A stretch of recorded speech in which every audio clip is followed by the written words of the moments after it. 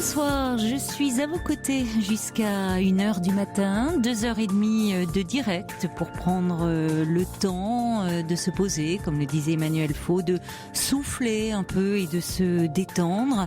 Du temps volé à la nuit pour se parler, pour échanger, pour s'entraider. C'est ce que l'on vous propose tous les soirs sur Europe 1 de 22h30 à 1h. Alors ne restez pas seul avec des questions qui tournent et retournent peut-être dans votre tête. Venez en parler avec nous. La ligne est ouverte au 39 21. Sonia et Paul sont là, tout prêts à vous accueillir de l'autre côté du poste.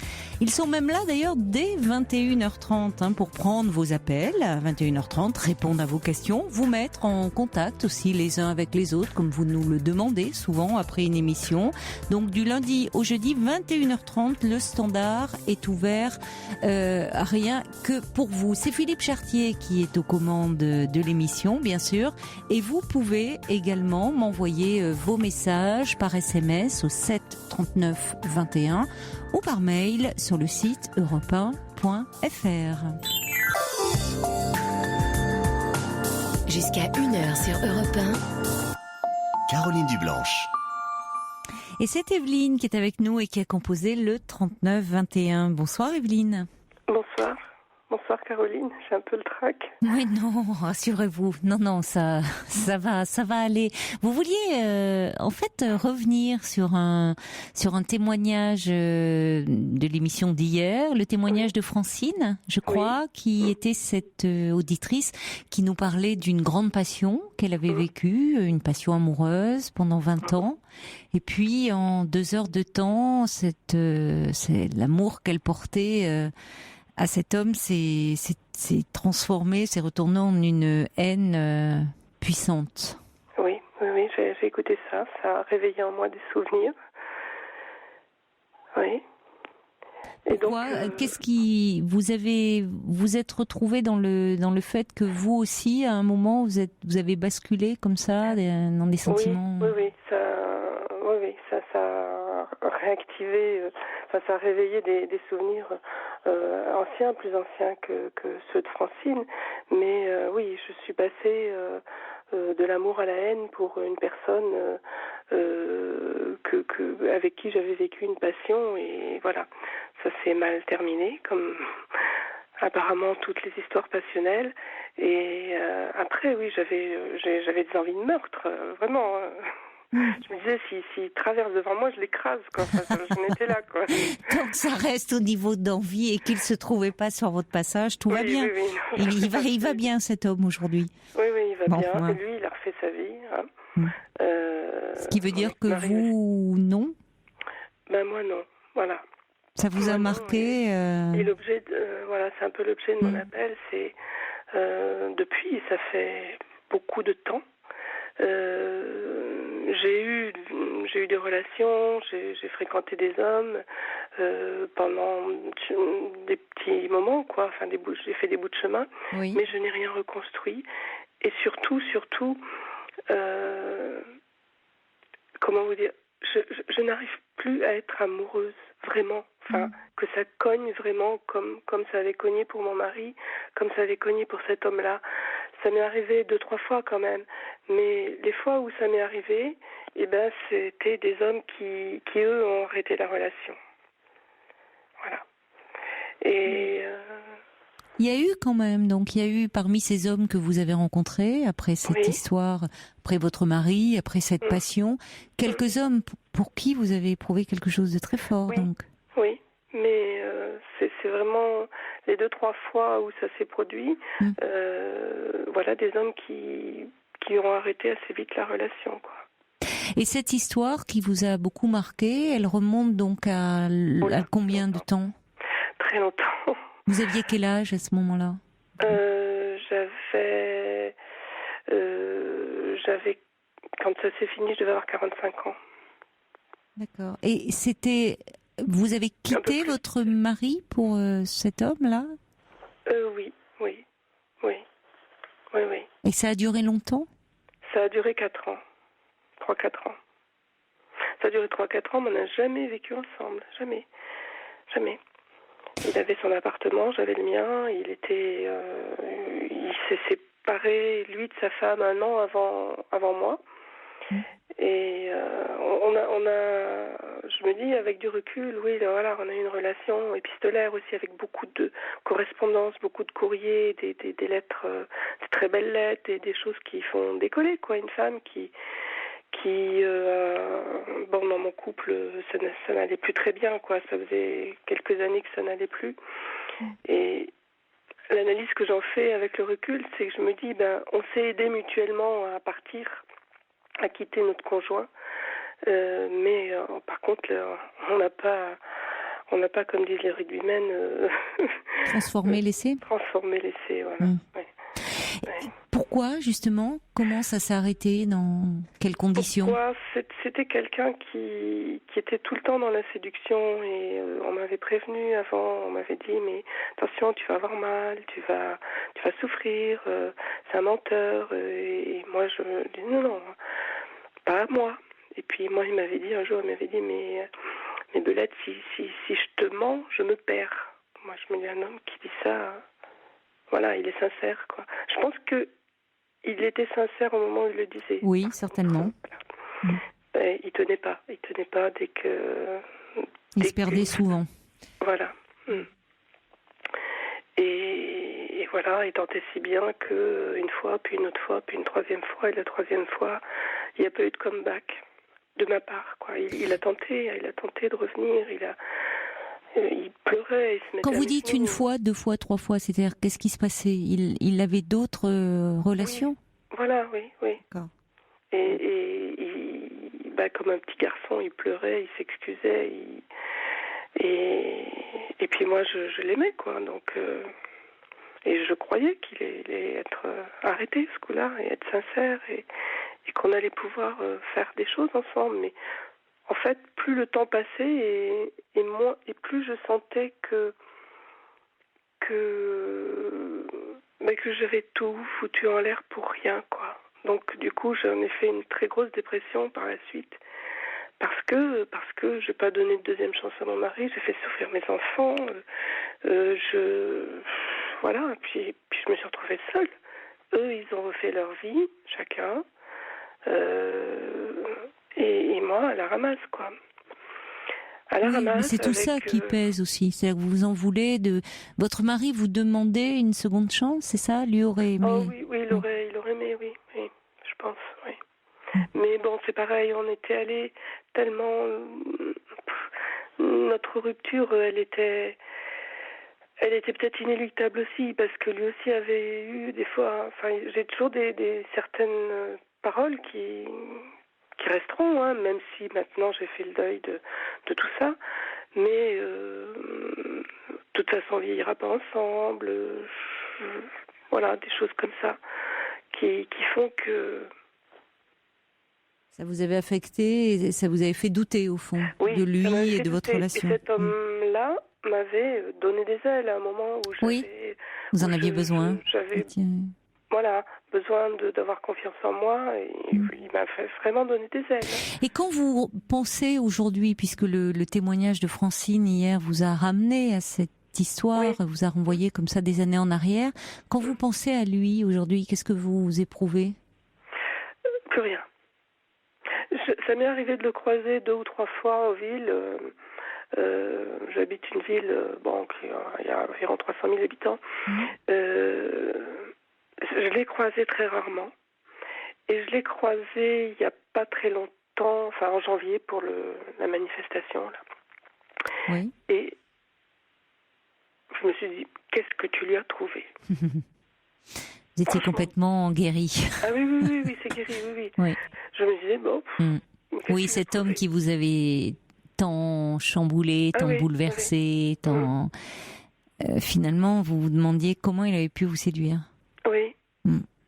Mais bon, c'est incroyable, d'ailleurs, comment on peut, à un moment, focaliser, se fixer sur quelqu'un, mais bon, et qu'après, il nous laisse finalement il peut nous laisser complètement indifférentes. Oui. Pas vraiment, d'ailleurs. C'est pas, si on réfléchit bien, c'est pas de l'indifférence, mais en tout cas, il est plus paré de toutes ces vertus qui nous le rendaient tellement séduisant. Du tout. Et mon ex-mari, par contre, lui, j'éprouve plutôt à son encontre de la déception. Parce qu'il a tourné très vite la page. Alors, c'était sa façon à lui, je pense, de se soigner, de se guérir, voilà, peut-être. Et une fois, deux fois, il a redivorcé, s'est remis en couple. Mais je n'ai aucun contact, quoi. Rien comme... Même à travers vos enfants, puisque Même à vous travers dites... nos enfants. J'ai tenté quand le premier petit-fils est arrivé, de lui dire, bon, ce serait peut-être bien de temps en temps qu'on puisse faire des choses ensemble, avec lui. Mais non. Non. Je n'existe plus. Ça, c'est vraiment le sentiment que j'ai. Je n'existe plus. Oui, mais ce qui montre à quel point vous avez compté pour lui aussi, pour être dans un tel excès, finalement. Alors que vous avez des enfants, des petits-enfants maintenant. Vous voyez, même son apparente indifférence est assez révélatrice. Du fait qu'il a dû, lui, beaucoup souffrir et que maintenant il est dans une forme comme si il agit comme si vous n'aviez jamais existé au fond, comme si vous n'existiez pas. Oui. C'est quelque chose même un peu d'excessif, mais qui est certainement une défense. Hein. Probablement. Quand on en vient à se croiser quelqu'un, quelle que soit d'ailleurs la fin de l'histoire, mais quelqu'un qu'on a aimé et qu'on échange avec cette personne comme si c'était un ou une parfaite inconnue, ça montre bien le malaise. Ça montre bien qu'il y a encore du malaise, finalement. Oui. Sinon, on pourrait, oui, échanger, converser de choses et d'autres, mais sans être... sans se laisser trop atteindre, finalement. Oui. Enfin, en tout cas, j'aurais laissé des plumes. Et mon souci aujourd'hui, c'est ça, c'est de me dire, mais peut-être que je suis trop difficile, peut-être que... Je veux juste que ça cogne, et ça cogne. C'est intéressant le terme que vous utilisez. Il y a quelque chose qui se passe, quoi. C'est intéressant. C'est la première fois que j'entends me dire, il faut que ça cogne. Oui, c'est curieux, ça témoigne de c'est curieux comme expression. Qu'est-ce que vous voulez dire par là?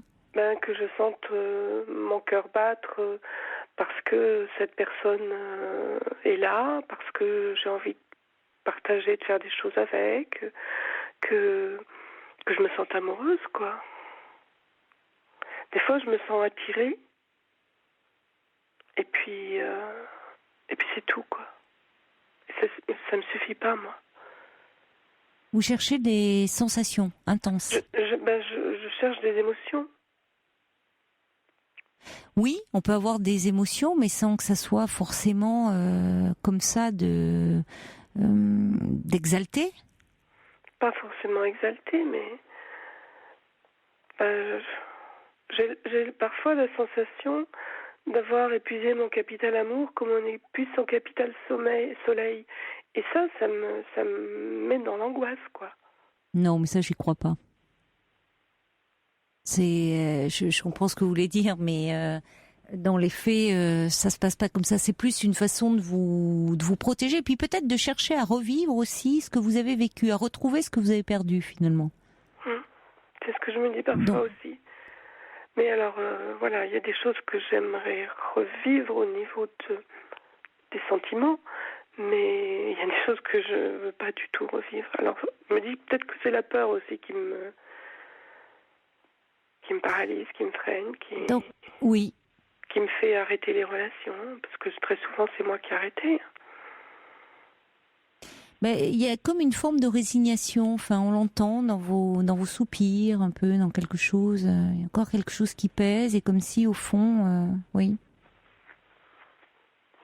Le problème, c'est que vous semblez, c'est quand on veut revivre à tout prix ce qu'on a déjà connu, alors que les histoires d'amour, elles sont pas toutes identiques, heureusement.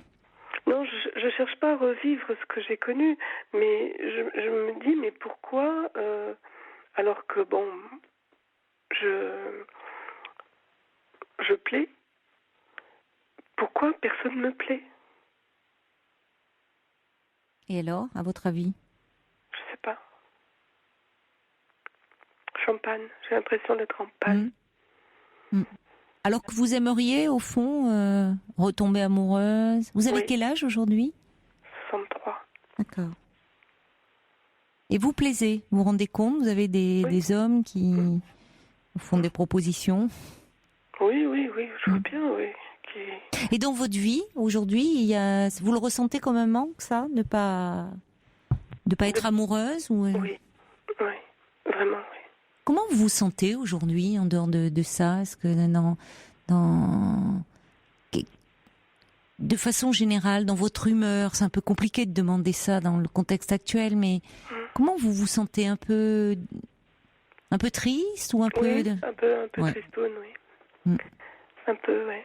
Un peu parce que je vois tourner le temps et que j'ai un peu de peur, quoi. Et de peur de quoi ? D'être seule ? Oui. Et puis, alors il y a des choses comme ça qui m'attristent. Il y a par exemple quand il faut poser les congés et que j'ai pas spécialement de projet, quoi. Oui. Alors je suis absolument pas isolée. J'ai des amis, je fais des choses, je bouge, mais j'aurais envie de bouger avec. Oui, avec ça vous quelqu'un, renvoie à avec votre un amoureux. solitude amoureuse. Vous avez, c'est pas pareil. C'est-à-dire les projets, vous aimeriez pouvoir les faire avec quelqu'un. Avec un compagnon. Oui, ça vous renvoie à cette solitude-là. Oui. Ça fait combien de temps là que vous êtes seule, puisque vous avez rencontré quand même, il y a eu des rencontres, c'est important ça. Et des hommes qui ont quand même fait battre votre cœur. Hein. Après, ils n'étaient pas au diapason, bon, ce qui peut arriver, mais il s'est passé des choses quand même depuis. C'est pas comme si vous dites en panne. Il s'est passé des choses, mais je n'ai rien reconstruit, quoi. Et aucun des hommes que j'ai fréquentés ne m'a proposé de vivre ensemble ou de voilà. Enfin, peut-être que ça n'a pas duré suffisamment longtemps non plus pour qu'il le propose, mais ça s'est pas produit. Il y a aussi des âges pour ça. Oui. Vous voyez, il y a des âges où on est plus dans la construction de quelque chose, d'un couple, voire d'une famille. Enfin, on construit pas de la même façon. Non. D'ailleurs, avec cet homme, cette passion que vous avez vécue, vous n'avez pas construit non plus avec lui. Non. Ça vous a pas empêché. Vous dites ça cognait à ce moment-là. Votre cœur battait à 100 à l'heure. Bon. Oui. Alors, c'est déjà une dimension différente. C'est-à-dire qu'aujourd'hui, vous aimeriez peut-être pas forcément vivre une passion, mais d'avoir une relation qui pourrait déboucher sur une relation plus construite. Oui, et puis, enfin, avec de la complicité, avec de l'envie d'être ensemble, quoi. Vous faites des démarches dans ce sens un peu ou... Puisque vous dites au fond il y a des hommes, vous vous rendez compte, vous plaisez aux hommes, ce qui est important. Je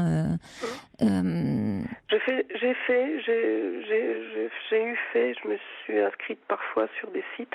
Là en ce moment je suis en phase, je suis pas en phase de recherche et d'inscription sur les sites. Je me suis désinscrite à la fin de l'été là.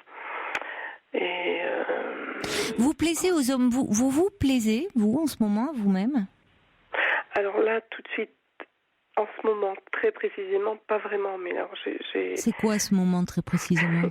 Parce que j'ai eu un petit accident la semaine dernière et que, voilà, donc physiquement... Oui, mais c'est ponctuel, ça, Mais c'est sans gravité ? De façon générale... C'est sans gravité, ce que vous avez eu, ou vous semblez dire... Non, j'ai quelques points de suture, ouais.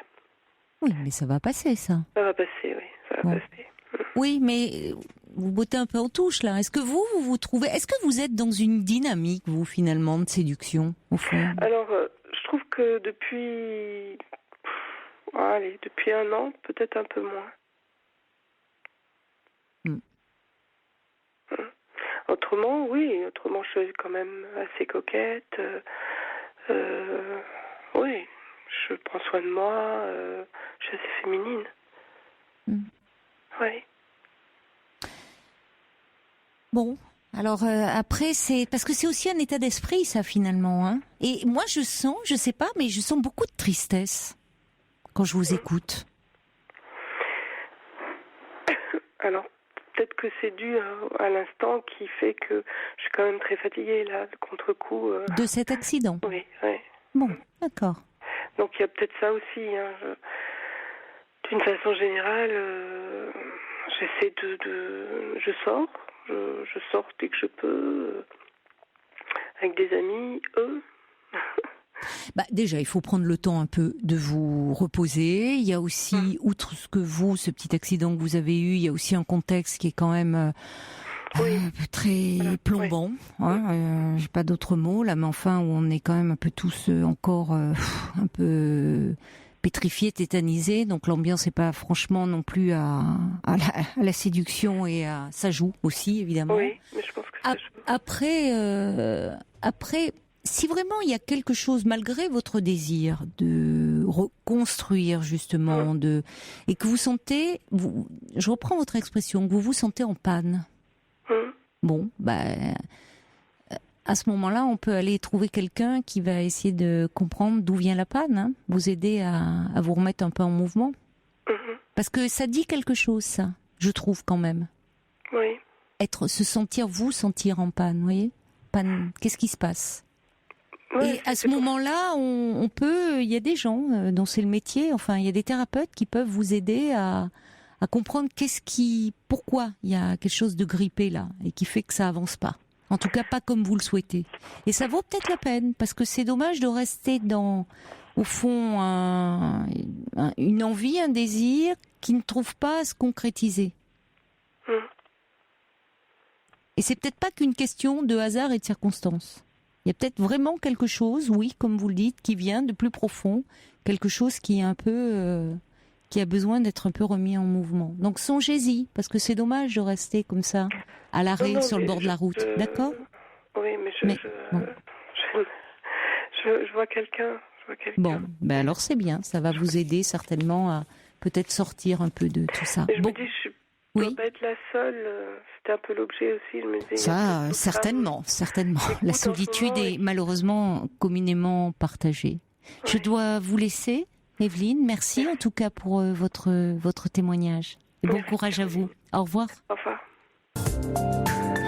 La nuit est à vous sur Europe 1 jusqu'à 1h du matin. La ligne est ouverte au 39 21. Alors n'hésitez pas à composer ce numéro si vous souhaitez me parler, si vous vous sentez un peu seul, un peu tourmenté. Ne restez pas seul avec vos peurs, vos soucis. Venez les partager avec nous. 39 21 jusqu'à 1h du matin pour me parler, mais aussi pour dialoguer avec un auditeur ou une auditrice si vous vous retrouvez dans un témoignage, si vous souhaitez apporter votre soutien. Et si vous êtes un petit peu plus timide, vous pouvez également donner votre point de vue, mais par mail sur le site europe1.fr ou par SMS au 7 39 21, en commençant votre SMS par le mot nuit, si vous voulez qu'il parvienne jusqu'à moi. Pour parler à Caroline Dublanche, appelez le 39 21. 50 centimes la minute plus coût de l'appel. Bonsoir Estelle. Bonsoir Caroline. Vous savez que vous êtes quelqu'un de très important dans ma vie. Dans votre vie ? Je vous écoute pratiquement tous les soirs et depuis très longtemps. C'est gentil, même merci beaucoup. Même à une époque, il me semble, où quand il y avait le pédopsychiatre... Marcel Ruffo ? Ça commençait à minuit. Oui, c'est vrai. Oui, on a fait un peu tous les horaires dans cette... 2h du matin. Oui, tout à fait. On a un peu fait tous les horaires dans cette libre antenne. Oui, bien sûr, il y avait plusieurs intervenants. Il y avait même Laurent Delahousse à l'époque. Oui, c'est vrai. Chaque soir, il y avait un intervenant différent. Et puis, la libre antenne commençait à minuit 2h. Vous avez bonne mémoire. Voilà. Donc c'est vrai que je me rappelle quand on avait gagné 1 heure, c'était. Moi, mais voyez, maintenant vous gagnez beaucoup plus. Vous 22h30 maintenant, c'est de plus en plus tôt. Alors je ne suis absolument pas tourmentée, mais je vous appelais quand même parce que aujourd'hui est un grand jour pour moi, comme je l'ai expliqué. C'est Sonia qui m'a répondu. Si c'est une jeune femme, c'est Sonia, oui. Ça fait 40 ans aujourd'hui que je suis grand-mère. Ah, je pensais que vous alliez dire ça fait 40 ans que vous m'écoutez. Alors là, je dirais non, quand même pas. Mais vous êtes grand-mère. Caroline, je suis sûre que j'écoutais déjà Europe numéro 1 quand vous n'étiez pas encore née. Ah, ça, certainement, on a fêté, on a fêté l'anniversaire d'Europe 1. Et Europe numéro 1 à l'époque. Mais revenons à vous. À l'époque, j'écoutais le matin, il y avait un type formidable qui s'appelait Maurice Biraud. Ah oui, moi aussi, bien sûr. Oui, oui. J'avais rencontré d'ailleurs Francis Blanche qui était absolument tordant. Ah bah oui. Voilà. Oui, oui. Il y avait des grands noms. Hein. Dites-moi, et alors là, vous avez un petit-fils qui a 40 ans aujourd'hui. Oui, absolument. Et alors, je me rappelle que pour moi, ça avait été un événement absolument joyeux et extraordinaire. Oui, oui. J'étais pas très vieille puisque j'avais pas encore 45 ans. Ah oui, c'était même très jeune. On m'avait annoncé la nouvelle en me disant « Si tu es sage, tu seras grand-mère pour tes 45 ans ». Et donc, maintenant, j'en ai d'autres, mais celui-là, ça a été le premier. Après, je me suis un peu habituée. Oui, ça reste toujours merveilleux, une naissance, mais celui-là, c'est vraiment inscrit dans votre mémoire. Le fait de devenir grand-mère, je trouvais ça extraordinaire. Et oui, parce que vous êtes... Je l'ai gardé, celui-là, pendant que ses parents étaient en voyage de noces, parce que quand il est né, il n'était pas encore marié. D'accord. Bon, mais ça n'a pas fait scandale dans la famille, pour autant. Oh non, mais enfin, c'était moins classique qu'aujourd'hui. Parce que celui-là, qui a 40 ans aujourd'hui, il s'est marié il y a 1 an, alors que avec comme demoiselle d'honneur ses 2 filles, vous voyez. Eh oui, ça se fait beaucoup maintenant. Oui, les enfants assistent au mariage de leurs parents. Mais vous avez une voix de jeune fille. Vous avez une voix absolument délicieuse. Parce que j'ai pas encore 85. C'est pour ça, en fait. Oui. Si vous avez 84 et demi, et ça compte, on les dit à nouveau. Plus et demi, parce que dans 1 mois à peu près, j'aurai 85. Ah, c'est votre anniversaire dans 1 mois. Et alors, vous l'avez appelé ce petit-fils aujourd'hui Oh, bien sûr. Évidemment. Vous n'avez pas pu le fêter avec lui? Il est proche de vous? Avec toute sa famille, ils habitent Bordeaux. D'accord. Alors, c'est un petit peu loin pour... Oui. Comment il s'appelle? Vous pouvez dire son prénom? Je suis 4 fois grand-mère et 5 fois arrière-grand-mère. Waouh, ça fait une belle famille. Oui, absolument. Ça fait et toujours très attentive. Alors que je n'ai qu'une seule fille et j'entends souvent des gens qui vous appellent pour vous dire qu'ils s'inquiètent pour leurs vieux parents, etc. Moi, je m'inquiète pour ma fille qui est une fille unique et comment elle se débrouillera le jour où je vais quitter ce monde. Il faudra qu'elle range toutes mes affaires. Alors j'essaye de lui dire, écoute, viens que je te montre un peu où sont les papiers, etc. Mais je crois que elle aime pas cette idée. Bah, c'est normal, je la comprends. C'est pas agréable. Oh bah oui. Mais vous n'aviez pas appelé pour en parler de ça, ou alors une autre dame qui l'avait évoqué, qu'elle se faisait beaucoup de soucis finalement pour sa fille également. Non, moi je vous avais appelé, mais il y a très très très longtemps. C'était en plein 1 mois d'août, je crois, mais je crois que c'était quand même vous, parce qu'il y avait eu un appel d'un jeune homme qui était bègue, et vous cherchiez le nom d'une actrice qui avait créé. Oui. C'était Marthe Mercadier. Oui, je me souviens très bien. Je vous avais appelé pour vous donner son nom. Oui. Je me souviens très bien. Oui, alors, c'est vrai. Il y a beaucoup d'années de ça. Qui parlait de ce problème-là. Je suis une très fidèle auditrice. Et vous avez une mémoire incroyable pour vous rappeler comme ça des événements si précisément. Ça commence à être un petit peu alzheimerisé quand même. Oui, enfin, écoutez, comme ça, franchement, on aimerait bien être comme vous, vraiment au même âge, hein, franchement. Et il a quel âge? Il s'appelle comment, votre petit-fils? Christophe. Ah, c'est un beau prénom. Bon, voilà. Écoutez, alors, comme ça. Ces 2 filles s'appellent, alors elles ont des noms très originaux, Lilou et Zoé. Lilou et Zoé, c'est mignon. Oui. C'est charmant. Ah, moi, je trouve que c'est pas très classique, mais enfin. Zoé quand même, si c'est grec, on en entend de plus en plus des petites Zoé. Lilou aussi. Il y a les Lili et puis il y a les Lilou maintenant. C'est les prénoms qui sont donnés un peu comme des. C'est la première. D'accord. Et elles ont quel âge, ces petites filles? Attendez que je me trompe pas, elles doivent avoir 4 et 2, quelque chose comme ça. D'accord. Ouais. Mais d'un autre côté, j'ai 3 arrière-petits-fils. Et l'aîné de mes arrière-petits-fils a 12 ans. Comme vous voyez, ça ne me rajeunit pas non plus. Oh, ça va encore, mais c'est bien les réunions familiales. Vous allez vous retrouver tous à Noël? Non, enfin, malheureusement, c'est pas un vrai malheur. Il y a une grande diaspora. J'en ai au Mexique, j'en ai un, le dernier qui est en fac à Boston, les autres à Bordeaux. Enfin, on a été très proches géographiquement pendant un certain temps, mais maintenant c'est la diaspora, comme on dit. C'est vrai que maintenant les jeunes générations voyagent beaucoup et donc sont éparpillées un peu partout. Alors vous mettez un petit peu, vous communiquez avec eux, avec les nouveaux moyens à votre disposition? Étant donné que je les ai eus très jeunes, que je les ai eus beaucoup quand ils étaient petits, etc., je crois que j'ai une relation assez particulière avec mes petits-enfants qui sont plus que des adultes, vous voyez. Donc, j'ai une communication, je crois, un peu exceptionnelle avec... parce que Christophe, il a un frère qui a 1 an de moins, et une sœur qui a 3 ou 4, qui a, 5 ans de moins. Oui. Et puis un petit dernier qui va avoir 23 ans et qui est en fac aux États-Unis.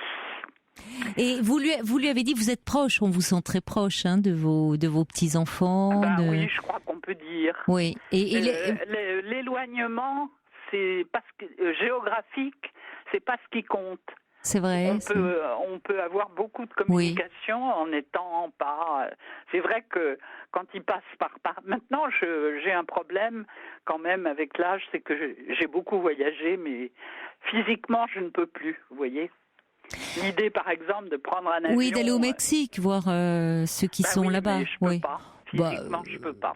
Oui, écoutez, en même temps, je comprends. Il y a aussi peut-être un temps pour tout, c'est plus compliqué. Bon, voyez. Mais enfin, on vous sent très curieuse, très ouverte, très ouverte aux autres, très ouverte sur le monde. C'est ça le secret de votre jeunesse, certainement aussi. Si on peut, c'est très gentil de dire ça comme ça, Caroline. Non, mais je trouve que vous avez une voix absolument délicieuse, absolument charmante. Et vous lui avez dit à Christophe, alors que c'était vraiment très précis, très marqué dans votre mémoire, le jour de sa naissance, et comme si c'était hier pour vous? Bien sûr. Il doit en être touché de ça, d'avoir une grand-mère comme ça qui est aussi présente pour lui, et aussi aimante finalement. Non, parce que c'est le premier, mais je ne l'aime pas plus que ceux qui suivent. Je comprends, oui, mais c'était la première fois que vous étiez grand-mère, puis une très jeune grand-mère, vous n'aviez même pas 45 ans. Comment vous dire, après ça s'est banalisé. Oh non, il faut pas dire ça pour les autres. J'allais dire, vous pourrez dire à votre petit-fils que vous avez parlé de lui ce soir sur Europe 1. Mais alors ne le faites pas écouter aux autres parce que c'est jamais banal une naissance quand même. Ça reste toujours un événement qui nous chamboule beaucoup. Absolument. Ah oui. Mais la naissance des arrières, ça compte aussi beaucoup. Oui, bien sûr. Oui, bien sûr. Mais écoutez, merci d'avoir partagé. Ça fait du bien, partager un peu des moments comme ça de joie. Vous vous rendez pas compte, vous comptez beaucoup pour moi. Mais ça me touche beaucoup. Non, mais c'est vrai que votre émission, ça fait de longues années que je l'écoute, pas toujours tous les soirs, mais c'est vrai que ça compte beaucoup. Et toujours un problème parce que quand il y a une émission de télé que j'ai envie de voir, je suis partagée. Vous êtes un peu tiraillé. Écoutez, vous pouvez nous faire par moments quelques infidélités. Mais vous pouvez enregistrer. La radio, c'est très important parce que la radio, ça me suit partout dans mon appartement. Et oui, c'est ça. La radio, c'est vraiment la proximité. C'est associé aussi à notre vie, à notre rythme de vie. On peut une télé, on est scotché devant un écran, alors que là, on peut faire plein d'autres choses tout en écoutant la radio. Ça s'appelait quand j'étais petite la radio. Ça s'appelait la TSF. Et oui, là, effectivement. Oui, mais bien sûr, on a tous en mémoire. J'ai des souvenirs beaucoup moins gais de ce que représentait, parce que j'ai vécu toute l'occupation. Oui, forcément. On va rester sur ces moments plutôt joyeux et tendres que vous évoquez, parce qu'on a besoin de ça aussi en ce moment. Parce que comme vous avez dit là en reprenant l'antenne, si vous êtes tourmenté, appelez-moi. Parce que je ne suis pas tourmentée. Vous avez bien fait dire, vous savez, cette émission, on partage, on essaye d'être au plus près de vous, de votre vie, de vos attentes, et donc on partage évidemment tout ce que vous vivez, c'est votre vie, avec ses peines, mais aussi ses joies, et c'est bien de dire que vous pouvez appeler aussi pour ça, même si actuellement, on a bien conscience que dans le contexte actuel, c'est plus compliqué. On le voit au niveau du standard, au niveau des appels, comme si il y avait une pudeur un peu à ne pas parler de soi et comme si il y avait un peu une chape de plomb qui recouvre tout. Donc bon, on est là, on est à vos côtés. Vous pouvez parler comme vous le faites, Estelle, et partager, continuer à partager, parce qu'il faut continuer comme ça à être ensemble et solidaires et partager toutes ces émotions que l'on vit les uns avec les autres. Et je vous remercie, Estelle, de l'avoir fait, et bon anniversaire à Christophe de la part de toute l'équipe et de tous les auditeurs de la Libre Antenne. Embrassez-le pour nous. Je n'y manquerai pas. Merci beaucoup, Estelle. Et moi, je vous souhaite pas le vôtre parce qu'on le souhaite pas à l'avance, mais on a une petite pensée pour vous. C'est très bien. Merci beaucoup de m'avoir rappelé. C'est un plaisir. Au revoir, Estelle. Au revoir. Je me permets de vous embrasser. Au revoir. Et c'est maintenant, c'est pas Evelyne, c'est Bernadette qui est avec nous. Bonsoir, Bernadette. Oui, vous m'entendez ? Oui, je vous entends bien. Qu'est-ce que je suis contente de pouvoir témoigner. Quel bonheur. Ah bon ? Pendant tant d'années, on m'a enfoncé les mots dans la gorge. C'est merveilleux de pouvoir s'exprimer librement sur un tel sujet. Allez-y, posez-moi toutes les questions, j'aurai tellement de choses à dire. Vous voulez témoigner de votre parcours. Vous êtes la mère d'un garçon qui est schizophrène. Oui, absolument. Et vous voulez un peu témoigner de ce que ça représente, de ce qu'est le vécu comme ça absolument. De parents qui sont concernés par la maladie psychique d'un enfant. Absolument. Il a quel âge aujourd'hui ? Alors, il a maintenant 37 ans. Il est ce qu'on appelle stabilisé, entre guillemets. Oui. Et entre guillemets, parce que c'est une maladie, vous savez, ça ne guérit pas. Non. Il régresse même, mais il est stabilisé dans le sens où il prend ses médicaments, il n'est plus dans les délires affreux qu'il a connus, mais il n'est pas tiré d'affaire puisqu'il souffre quand même énormément de TOC. Et il est dans une phobie sociale et une solitude totale. Voilà. Vous pouvez dire, puisque vous connaissez très bien cette maladie, pour ceux qui s'interrogeraient, dire au fond, c'est quoi la schizophrénie ? Puisque c'est un terme que malheureusement on utilise un peu à tort et à travers. Souvent pour criminaliser les gens. Les gens, dans le commun des mortels, croient que ce sont des gens qui vont se mettre à tuer tout le monde dans le métro. Et bon, malheureusement, c'est vrai que certains qui ne sont pas stabilisés, c'est-à-dire qui n'ont pas pris leurs médicaments, peuvent avoir de tels actes. Ça reste commandés par des voix. Vous avez raison de dire que c'est très minoritaire. Il y a plusieurs schizophrénies. Lui, c'est pas du tout ça. Lui, ça s'est caractérisé quand ça s'est déclenché. Ça se déclenche vers l'âge de 16-17 ans, je sais pas pourquoi. Un peu plus tard, même parfois, mais... Même plus tard, oui. Mais en général, c'est à la fin de l'adolescence. Enfin, si on peut parler de statistiques. Oui, l'adolescence se prolonge tellement aujourd'hui. Voilà. Oui. C'est en tout cas une maladie se déclenche jeune. Voilà, lui, ça c'est... Pardonnez-moi, j'ai tendance à interrompre les personnes. Alors, ne m'en veuillez pas, mais je vous en prie. Parce que j'ai tellement de choses à dire. Et donc, lui, ça s'est manifesté par des hallucinations pas auditives, visuelles. Par exemple, les fils de la télévision, il croyait que c'était des araignées, vous voyez. Bon. Mais en fait, je l'ai su bien après, parce qu'en fait, je l'ai appris qu'il était malade. On me l'a appris, si vous voulez. Mais moi, je m'en étais pas rendu compte. Qui vous l'a appris ? C'est-à-dire, j'étais dans mon lycée, je suis enseignante un jour, je crois que c'est une psychologue de son lycée, où il était en terminale, plus quelqu'un d'autre qui est venu. Madame, on a quelque chose à vous dire. Voilà, on voudrait vous dire, c'est très grave, votre fils est schizophrène, il est malade. Donc, c'était presque débrouillez-vous. Alors, c'est-à-dire qu'après, on ne vous a pas proposé de suivi, d'orientation vers une structure ? Je me suis débrouillée. Vous étiez seule ? Les personnes m'ont dit ça presque de manière comme si on m'annonçait un fait divers, mais banal. Alors, je suis entrée en communication avec avec la psychiatrie pour adolescents à côté de chez moi. Je citerai pas de nom, bien sûr. Et ça a été le début de la fin. Pourquoi ? Le remède a été pire que le mal. C'est-à-dire, qu'est-ce qu'on lui a fait ? C'est-à-dire, il est tombé sur une psy. Alors lui, le problème, c'est qu'il était dans le déni. Oui, bien sûr. Il a été des années dans le déni. C'est normal. Parce qu'il était très brillant à l'école, au lycée. Oui. Et souvent, cette maladie s'attaque aux gens extrêmement brillants, à la limite surdoués, vous voyez. Enfin, on ne sait pas très bien, en fait. Il y a des choses qui restent très énigmatiques. Hein. Voilà. Oui, on ne sait pas très bien. Et ce qui est énigmatique aussi, c'est la cause, l'origine de cette maladie. Il y a plusieurs facteurs qui entrent en ligne de compte. On a pu me le dire de manière... Mais malheureusement, ce qu'on a fait, je vous passe ces détails, mais on m'a criminalisé très vite.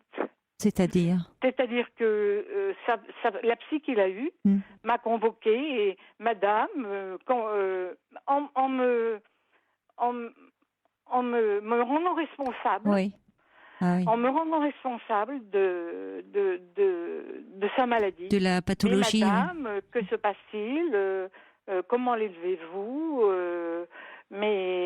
voilà, très vite. Oui. Malheureusement, on avait été dans le déni, et moi, j'étais pas très psychiatrique. J'étais pas très. Vous ne connaissez rien, bien sûr, à ce domaine-là, donc. Et moi, naïvement, vous voyez, je croyais qu'un médecin, psychiatre et tout médecin d'ailleurs, qu'on allait travailler main dans la main, il allait y avoir une espèce d'alliance à trois. Pas du tout, ça s'est jamais passé comme ça, jamais. Alors soit on me disait, soit on refusait de me parler. Je vous parle parce que ça a duré sur des années. En général, d'ailleurs. Alors, il paraît que je suis mal tombée. Hein. Les jeunes psys ne sont pas comme ça. Ça a évolué, heureusement. Ça a beaucoup évolué. Et on incrimine beaucoup moins les parents aujourd'hui. Je suis tombée sur la vieille école, moi, parce qu'il a eu des psys assez âgés, en fait. Oui, mais il y a eu tout un courant où, à un moment, presque tout venait de la mère et où on rendait. Il y avait les comportements des mères de schizophrènes, soi-disant. Bah oui, malheureusement. Et ça fait beaucoup de dégâts parce que les parents sont très désemparés, très démunis et ont avant tout besoin eux aussi d'être aidés. À la fin de ma vie, je me suis dit, je comprends. Mon fils, il sera jamais heureux. Oui. J'ai compris. C'est très dur. J'ai compris. J'ai très vite compris. Hein. Et donc, c'est la fin pour moi également. Oui. Oui. Déjà, vous étiez abasourdi, atterré. Et en plus, on vous rendait responsable de cette souffrance immense. Oui, absolument. En plus, lui, dans le déni. Alors, les hôpitaux, ça a été l'horreur. Quand je vous dis le remède a été pire que le mal, c'est l'hôpital psychiatrique. C'est-à-dire il y a une camisole chimique très forte. Comme il y a une justice à deux vitesses, il y a une médecine à deux vitesses, j'ai bien compris. Moi, j'avais pas les moyens. Donc, il est sectorisé. Il a été à la Queue-en-Brie, dans le Val-de-Marne, de sinistre mémoire, parce que Sandrine Bonner a eu des ennuis avec sa sœur au même endroit, avec le même psy, pour vous dire.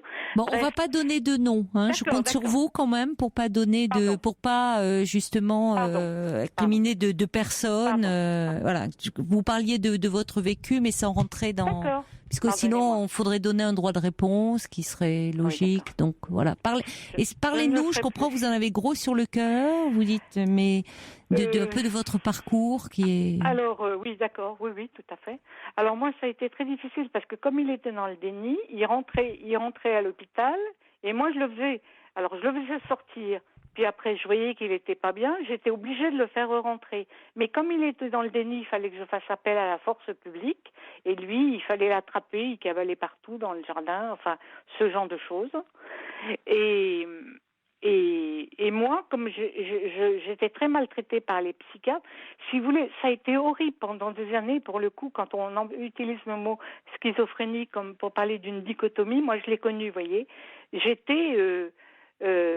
le remède étant pire que le mal, je le retirais. Puis bon, il était quand même très malade, j'étais quand même pas... Mais ça fait partie des psychoses et c'est une des formes les plus graves de psychose, la schizophrénie. Oui. Donc oui, et vous l'avez dit, malheureusement, on sait le soigner, prendre en charge, mais on n'en guérit pas. actuellement. Non. On trouvera peut-être à un moment là. Dans un état, quand je dis stabilisé, c'est un euphémisme, parce que. C'est-à-dire quand on dit stabilisé, pour ceux qui ne connaissent pas, je m'adresse aussi quand même aussi à tous ceux qui prennent ces médicaments. Il faut absolument que les schizophrènes et les personnes psychotiques prennent leurs médicaments, parce que sinon, pour elles, c'est la fin de tout. Sinon, il y a des problèmes hallucinatoires et le délire qui reprend le dessus. Et la souffrance est trop importante. Si vous voulez, ça empêche les délires, en fait. Parce que moi, je peux vous parler de ces délires. Il s'est cru à un moment le Messie, vous voyez, le sauveur du monde. Ça, c'est un de ses délires. Où il s'est cru à l'égal de Spielberg, parce qu'il est intéressé par le cinéma. Et il s'est cru victime de divers complots, de complots divers et variés. Oui, il peut y avoir des formes un peu paranoïaques. C'était ça, vous voyez. Ça s'attaque souvent à la politique, le mysticisme. Mais bon, il y avait pas d'acte contre autrui, il n'y avait pas de violence. Non, mais ça fait malheureusement parfois la une des faits divers. Mais vous avez raison de dire, c'est très minoritaire. Ils peuvent surtout s'en prendre à eux-mêmes. Et heureusement, c'est pas parce qu'ils ont cet automatisme mental. On parle d'automatisme mental, ces voix, ces hallucinations auditives, qu'ils vont forcément s'en prendre à autrui. La plupart sont aujourd'hui très bien soignés. On peut les croiser dans les transports communs, dans les rues. Ils vivent avec nous et c'est important. C'est le cas.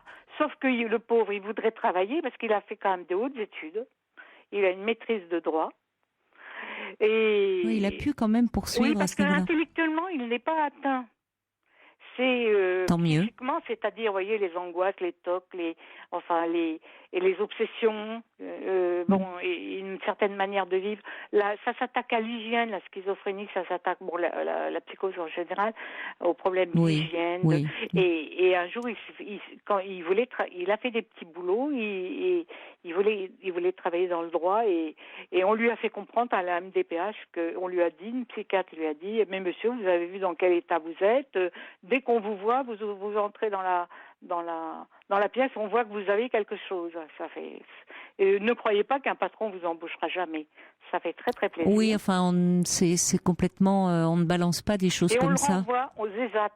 Et les ESAT, c'est fait pour des gens qui veulent se resociabiliser, on leur donne une espèce de travail répétitif, style usine. Or, lui, c'est un intellectuel. Mais bon, moi, de mon point de vue, mon fils ne pourra jamais retravailler de mon point de vue. Il est suivi en hôpital de jour, là ? Alors, il est suivi en CMP, oui. En CMP, d'accord. Mais il ne va pas en hôpital de jour la journée ? Il a quitté, c'était trop horrible pour lui, ça lui rappelait trop l'enfermement de l'hôpital qu'il avait connu, où il avait rencontré des drogués, parce que c'était un mélange, c'était un espèce de dépotoir où il était avec. Mais vous parlez d'il y a longtemps alors, parce que la psychiatrie ça a quand même beaucoup évolué. Vous ne voulez pas que je vous cite un endroit, alors je ne le ferai pas. Non, parce qu'après on va jeter l'opprobre sur un service. Madame, sachez-le. Alors on les mélange. Quand on n'a pas beaucoup d'argent, vous savez, on n'est pas dans des cliniques privées. Je vous parme de l'hôpital. Non, mais sans des cliniques, il y a des centres. Je pense par exemple à Paris, le centre hospitalier Sainte-Anne, où on prend très. Non, mais attendez. De la banlieue, et l'hôpital psychiatrique dont je parle, il est en banlieue. Donc moi, je ne suis pas parisienne et ça fonctionne complètement différemment, je peux vous le dire. Je connais Sainte-Anne, mais c'est pas de ça. Je veux dire, il existe des hôpitaux où on prend très bien en charge quand même la maladie mentale. C'est pas ce qui s'est passé. Donc, en tout cas, on vous sent très véhémente, on sent que vous en avez gros sur le cœur. Je connais, moi, madame, c'est tout. Voyez. Mais attendez, n'y voyez aucune agression de ma part. Je comprends que c'est très difficile. Et je connais également, mais d'une autre façon, évidemment, plus en tant que soignant, et je sais à quel point le vécu pour les familles est terrible. Vous avez raison de dire ça. Moi, malheureusement, je suis au fin fond de la banlieue et c'est sectorisé. Et il est dans un hôpital qui existe et où ça s'est très mal passé. Bon, mais je veux pas m'étendre sur le. Aujourd'hui, alors, comment est-il suivi ? Alors, il est dans un CMP, un centre médical. Il a une psychiatre qui est ce que j'appelle une distributrice de médicaments. Il y a peu de communication.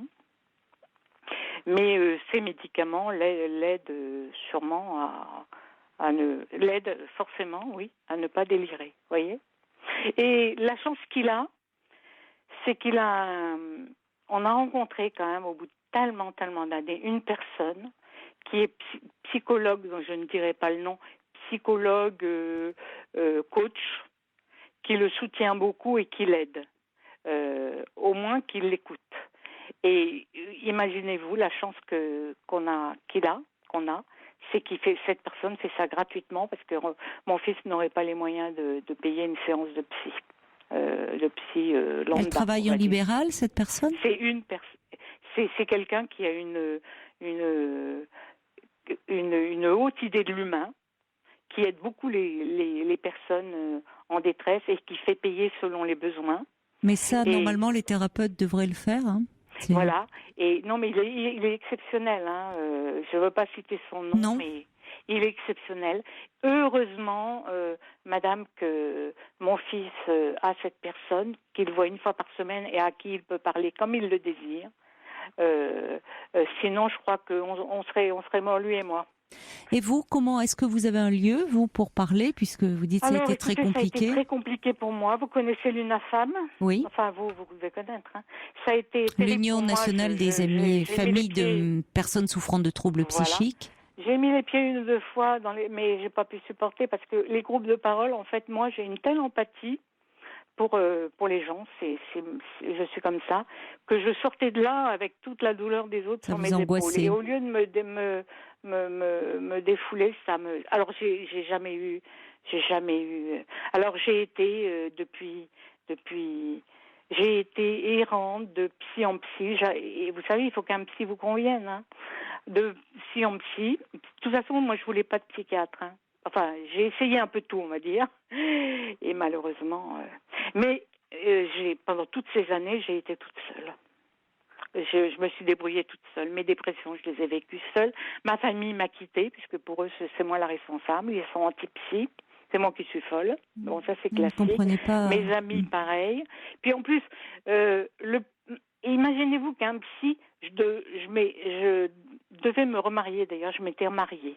Pas avec le père de mon fils, et imaginez-vous qu'un psy m'a dit, mais madame, vous comptez avoir une vie privée alors que vous avez un enfant malade et vous ne pensez qu'à vous. Je me suis quand même mariée, mais comme j'étais sans aide et obsessionnellement atteinte, mon mari qui m'aimait, ça a été très très dur. J'ai dit, écoute, va vivre ta vie et tout. Moi, je suis trop atteinte par la maladie de mon fils. Je suis une survivante, je suis déjà morte. Enfin, j'étais assez morbide. Hein. Et le pauvre, pour sa survie, j'ai été obligée de l'abandonner. Mais bon, je pense qu'il a refait sa vie. Bon, donc pour vous dire, le psy... Vous avez d'autres enfants ou il est fils unique? Oui, malheureusement, j'ai un autre enfant, un autre fils aussi qui est aussi malade. Mais... qui a des troubles psychiatriques également. Oui, mais lui, c'est la mythomanie. Oui, on est dans un registre différent. Hein. Oui, c'est son frère. Ouais. Mais je ne sais pas si je dois parler de ça, on m'a dit. Non, vous parlez de ce que vous vouliez surtout témoigner de votre vécu. Malheureusement, le père est revenu tard, il ne s'est jamais occupé de ses enfants, il est revenu tard dans ma vie, et il a voulu me récupérer des années après, alors que j'étais remariée, hein. Et devant une fin de non-recevoir de ma part, il a monté mes enfants contre moi, et j'ai dû... il y a eu des épisodes. Il a enlevé mon fils, ça a été le dernier, et l'autre, ils se sont alliés contre moi, ils m'ont détruit ma voiture. Enfin, j'ai eu des agressions diverses et variées. Bon, et l'autre, là, celui qui est mythomane, comme il est mythomane, non soigné dans la nature, il m'envoie de temps en temps des montages. Je suis en Amérique, je fais du cinéma, enfin tout ça il faut bien entendu, mais c'est bien parce que comme il était méchant lui dans sa maladie, dans sa psychose. Autant le fils dont je vous parle est gentil, l'autre était méchant. On n'est pas forcément dans la psychose, hein, quand on parle de mythomanie, hein, mais c'est un registre encore différent. Il est on appelait ça maniaco-dépressif. Alors, la mythomanie... Oui, ça n'a rien à voir. On va pas tout mélanger là. On va pas faire une explication si vous voulez, parce que c'est pas d'ailleurs vous le sens de votre... technique et j'ai pas envie, non. Non, voilà, c'est pas le sens de votre témoignage, c'est plus votre difficulté, tout votre parcours du combattant. Bon, j'ai pas été aidée, mais je m'en suis sortie quand même. Ça a changé, heureusement. C'est pour ça que je vous demandais l'âge. Personnellement, par l'écriture. J'ai beaucoup écrit. J'ai eu la chance d'être publiée, de gagner des concours de poésie où j'exprimais ma douleur d'être, si vous voulez. Ça m'a beaucoup aidé, l'écriture, l'exorcisme. Et puis un jour, grâce à l'association, je ne sais pas si je dois la citer, si elle vous a aidé. Elle j'imagine, on m'a mis en contact avec une psy extraordinaire, tout à fait ce qu'il me fallait. Une psychanalyste, psychothérapeute, voilà. Et là, j'ai commencé peu à peu à sortir du tunnel. Mais ça a été très dur parce que j'avais un lien avec mon fils. Alors, dans la culpabilité, on n'arrêtait pas de me dire débarrasse-toi de ta culpabilité. Soignez votre culpabilité. Voilà ce qu'on me disait, les psys me disaient. Et j'aimais pas qu'on me le dise, voyez. J'aimais pas qu'on me le dise. C'est pas si simple, surtout qu'à un moment, il y a eu tout un courant où effectivement on rendait les parents et particulièrement les mères responsables de cette pathologie. Vous avez lu le livre de Stéphane Alexandre, le coupe-ongle? C'est un père qui témoigne justement au sujet de... Vous savez, j'ai du mal avec la littérature autour de ça. Non, mais ça, je comprends que vous ayez envie de lire autre chose si vous lisez. Technique. Mais les témoignages et tout ça, de la même manière qu'à l'UNAFAM, je supportais pas d'entendre les gens. J'ai beaucoup de mal parce que je prends tout comme un hypocondriaque. Je comprends que vous ayez besoin, vous, de changer quand vous lisez. Je le dis quand même à l'attention des auditeurs, puisque c'est un livre qui est très bien écrit, qui s'appelle Le coupe-ongle. C'est de Stéphane Alexandre. C'est aux éditions Les Arènes, où il raconte son parcours de père lorsqu'on lui a appris que son fils était schizophrène. Oui, j'ai dû le lire quand même. On va accueillir également, je vous propose, Bernadette, d'accueillir Marianne, qui vous a écouté attentivement et qui a voulu réagir au 39-21. Elle est avec nous. Bonsoir Marianne. Oui, bonsoir Caroline. Bonsoir. Bonsoir, je ne me souviens plus comment s'appelle. Bernadette. Vous m'entendez pas bien apparemment. Bernadette. Oui, je l'entends. Vous m'entendez bien là? Oui, je vous entends. Bon, écoutez Caroline, moi je me suis levée de mon lit. Je vous écoute souvent le soir, hein. Oui. Mais là, je me suis dit, Marianne, lève-toi, parce que c'est pas possible ce que tu es en train d'entendre. Si tu peux aider cette dame, ça serait bien. Bien. Moi, je vis avec une enfant, moi, je l'appelle mon enfant, qui est schizophrène paranoïde, et je peux vous dire que je peux vous donner un cours sur la schizophrénie. Bon, il faut dire que j'habite dans le sud-ouest, hein. Donc déjà, le sud-ouest, c'est une très belle région. Oui. C'est vous, Caroline, qui me répondez? Ben oui, c'est moi. Je connais bien le sud-ouest, vous savez. La région est très belle. Oui. Ce qui m'aide, je pense que vous la connaissez. Oui. Je vis dans le Pays Basque. Je ne suis pas basque, hein, mais bon, ça n'a rien à voir. Hein. Moi, c'est une région magnifique, oui. Ah, c'est très beau, le Pays Basque. Vous avez une enfant malade, madame? Eh bien, ma Caroline, elle est schizophrène paranoïde depuis près de 20 ans. Elle, comment dirais-je, quand la maladie s'est déclarée, elle a été 1 an, on est à Bayonne, hein. Elle a été prise en charge par... Bon, il faut dire que le psychiatre, c'était quelqu'un de sensationnel. On m'a jamais dit que j'étais coupable, ça c'est clair. Elle a quel âge, votre fille, Marianne? Elle a 39 ans. D'accord. Vous ne vous êtes pas sentie remise en question comme l'a été Bernadette avec les psychiatres qu'elle a rencontrés? Ah non, pas du tout. Pour vous, moi, madame, le psychiatre a dit, c'est simple, madame. Caroline, on a proposé à Caroline de... Votre fille, hein? Oui, de ma Caroline. On lui a proposé si elle voulait aller à l'hôpital. Donc au début, à moi, elle m'a dit, je ne veux pas y aller.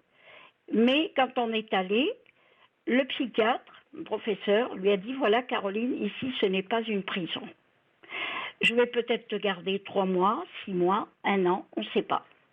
Et donc elle est restée 1 an, du 18 janvier 93 au 18 janvier 94. Quand ma Caroline est sortie de l'hôpital, je peux vous dire qu'elle était, attention, soignée, non guérie, hein. On ne guérit pas de ces maladies-là. Non, mais attendez, madame. Déjà, soigner, c'est déjà pas mal. Oui, soigner, non guéri, c'est ce qu'elle vous dit, Bernadette. Hein. Bon. Oui, mais j'ai bien Elle a repris son travail. Elle a travaillé. Et elle était heureuse. Je suis ravie pour vous, madame. Mais avec un traitement. Je sais que ça existe, oui. Je sais que ça existe. Ensuite, on est parti dans un autre pays. Mon conjoint, je peux dire le métier de mon conjoint ou pas? Vous n'étiez pas toute seule, vous avez été soutenue. Je suis vraiment ravie pour vous, madame. Ah non, attendez. Au début, j'étais pas soutenue. Non, sincèrement, au début, je n'étais pas soutenue. J'ai dû me débrouiller toute seule. C'est moi qui préparais les piluliers, c'est moi qui préparais toutes les molécules. Mais je ne sais pas si c'est pas mon caractère. Bon, avec mon conjoint Caroline, j'ai laissé Alexandra, qui était étudiante, et nous sommes partis dans le sud de l'Espagne. Mon époux était... Je peux le dire, Caroline? Je ne sais pas ce que vous voulez dire. Donc, qu'est-ce que vous voulez? Vous voulez parler de quoi, là? De quoi voulez-vous me parler, madame, exactement, à moi? Attendez, Bernadette. Attendez, parce que là, ça prend... Je ne comprends pas, la dame, elle raconte des choses et je vois pas le rapport avec moi parce qu'on a deux parcours différents. Bah justement, c'est ce qui est peut-être intéressant, non? Oui, mais je sais qu'il y en a qui s'en sortent bien. Non, si vous voulez, il y a des prises en charge. C'est intéressant de vous entendre et Marianne avait envie de vous parler, oui, parce qu'elle raconte son vécu. De toute façon, les familles sont très lourdement éprouvées par la maladie psychique d'un prof. Mais après, Caroline, heureusement, on peut rencontrer des professionnels qui sont plus à l'écoute que d'autres. Ça aussi, c'est une réalité. Et malheureusement, beaucoup trop, il y a eu un moment, ça a évolué. Et heureusement, beaucoup trop ont culpabilisé les parents. Voilà, maintenant Bernadette, c'est le principe de l'émission, vous savez, vous témoignez et puis votre témoignage peut susciter des réactions et c'est pour cette raison qu'on a accueilli Marianne. C'est uniquement pour ça. Voilà. Non, je vous réponds à votre question. Oui. Voilà. Je voyais pas bien le lien, mais c'est elle vous parle de son parcours et visible. Et puis, il faut aussi rappeler... Ça soit bien passé pour elle, tant mieux. Il faut aussi rappeler qu'il y a différentes formes de schizophrénie et des formes plus graves que d'autres et plus résistantes aussi au traitement, malheureusement, puisque certaines ne peuvent être soignées que par électrochoc. C'est que le mien, il a des TOC et il est sur une liste d'attente. Je ne sais pas quand est-ce qu'il va être pris et c'est épouvantable, quoi. Et ça reste toujours épouvantable, les soins... dans certains cas. C'est souvent des parcours des combattants pour les familles et c'est pour ça vous avez cité l'UNAFAM qui propose alors évidemment des groupes de parole pour les familles mais aussi des entretiens téléphoniques et ça peut être quand même important c'est d'être soutenu. Quand on le veut, c'est vrai. Marianne, pour terminer, donc votre fille aujourd'hui elle est en hôpital de jour? Non, alors voilà, moi ma fille, bon j'ai mené un dur combat, je lui ai trouvé un foyer qui est très très bien. Elle y va 3 fois par semaine, le mercredi, jeudi, vendredi. Elle fait énormément d'activités. Elle mange à midi, elle mange là-bas. Elle fait de la piscine, du sport. Jamais il voudrait ça. Moi, il a la phobie sociale, vous voyez. Vous avez de la chance, tant mieux pour vous. Elle va toute seule avec son bus, ou c'est Alexandra de temps en temps partant à son travail qui l'amène. Ensuite, elle a son bus, elle revient. Le lundi matin, elle va à l'hôpital de jour, il y a des activités et également elle déjeune là-bas. Et puis après, si elle doit aller chez le coiffeur, elle va chez le coiffeur. Si elle a à se faire épiler, elle y va toute seule. Si elle veut aller au cinéma, elle y va toute seule. Et puis, écoutez, je ne sais pas si je dois le rajouter, mais moi, le soir avec Caroline, quand je soupe, je rigole beaucoup avec elle. Mais moi, bon, parce que c'est un peu douloureux de vous entendre tout en étant ravie pour moi. Je sais pas pour vous, je sais pas si vous comprenez ce que je ressens. Ah, mais parce que le mien est dans la solitude et dans une telle Allez, c'est compliqué parce que c'est vrai que vous avez du mal à entendre, à vous entendre. C'est dommage. C'est un sujet extrêmement sensible. C'est souvent. Cette personne, mais bon, vous avez du mal à entendre, oui, un autre témoignage que le vôtre. Ses amis l'ont quitté, il est tout seul. Alors, c'est pour ça qu'il est quand même important qu'il y ait un suivi, un relais autour de vous, un hôpital de jour qui peut quand même un peu prendre le relais pour sortir un petit peu de cet isolement. Je reçois aussi des messages des Elsa qui me dit je suis schizophrène stabilisée grâce à mes médicaments et c'est important. C'était important qu'on vous entende également, Marianne, puisque beaucoup de personnes qui souffrent de cette maladie, qui est une maladie grave, vivent on le voit, c'est plus compliqué, c'est vrai, trouver un travail peut être compliqué, ça dépend quel type de travail, il peut y avoir ça peut jouer sur les facultés cognitives. Ça m'a beaucoup aidé, Caroline. C'est que moi, je fais, depuis que Caroline est malade, bien sûr, ce n'est pas la même personne, hein. Il est évident qu'en 20 ans, mais j'ai un très très bon thérapeute. Voilà, et je crois qu'il il faut rencontrer effectivement les thérapeutes, être bien entouré parce que pour les familles c'est très éprouvant, mais on voit des vécus différents. Ça a été compliqué, hein, j'entends bien, c'était compliqué de vous entendre, c'est dommage.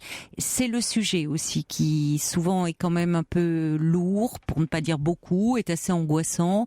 Et je me souviens du témoignage d'un jeune homme justement qui était schizophrène, qui avait parlé, qui s'était très bien exprimé sur sa maladie, sur ce qu'il ressentait, et où il y avait eu beaucoup de réactions justement de personnes qui étaient très surprises par son élocution, sa faculté à parler de lui. Et c'était important de l'entendre parce que, comme le disait très justement Bernadette, on a trop une vision caricaturale de cette maladie quand s'il y a un fait divers où malheureusement une personne atteinte de schizophrénie s'en prend à autrui. Ça reste très minoritaire, beaucoup vivent avec cette maladie, pas très bien, il faut quand même le dire. Pour l'entourage, c'est lourd, mais en tout cas, heureusement, on arrive à stabiliser ces états avec les traitements qui ont fait des progrès considérables.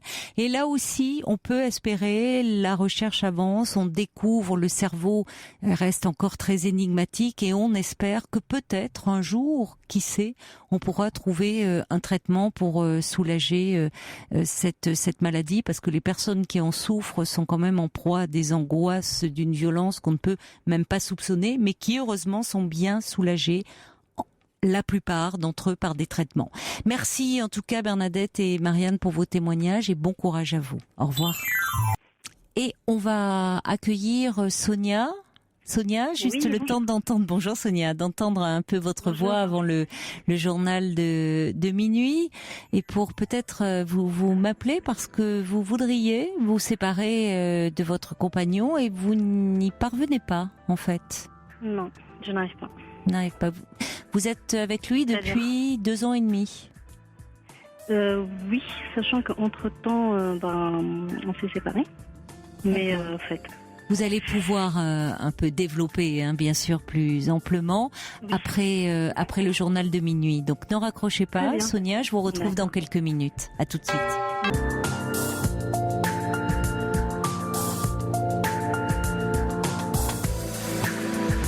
Nous sommes ensemble pour 1 heure de direct. La ligne est ouverte au 39 21, numéro que je vous invite à composer si vous souhaitez me parler et que vous pouvez également faire si vous souhaitez dialoguer avec un auditeur ou une auditrice. Vous pouvez également réagir à tout ce que vous entendez dans l'émission, que ce soit par mail sur le site europe1.fr ou par SMS au 7 39 21.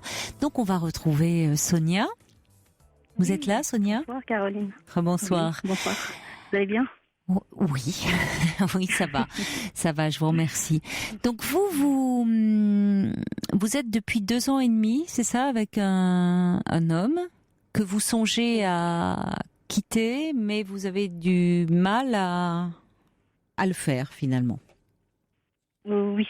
En fait, dites-moi, parce que c'est ce qui est résumé sur votre fiche et peut-être vous dites-le moi avec vos mots à vous, hein, ça sera mieux. Ouais, j'ai beaucoup de choses à dire, mais bon, je vais résumer. Donc en mars, on s'est séparés, on va dire. On s'est séparés parce que, au fait. Vous pouvez parler un petit peu plus fort, Sonia, je vous entends pas très bien là. D'accord. En fait, on s'est séparés parce qu'au fait, il veut pas s'engager. Du coup, c'était une séparation, on va dire mutuelle. Vous vous êtes séparés parce que j'ai pas entendu. Parce qu'il ne veut pas s'engager. Il est à côté de vous, c'est pour ça que vous parlez doucement ? Non. Il y a quelqu'un à côté de vous ?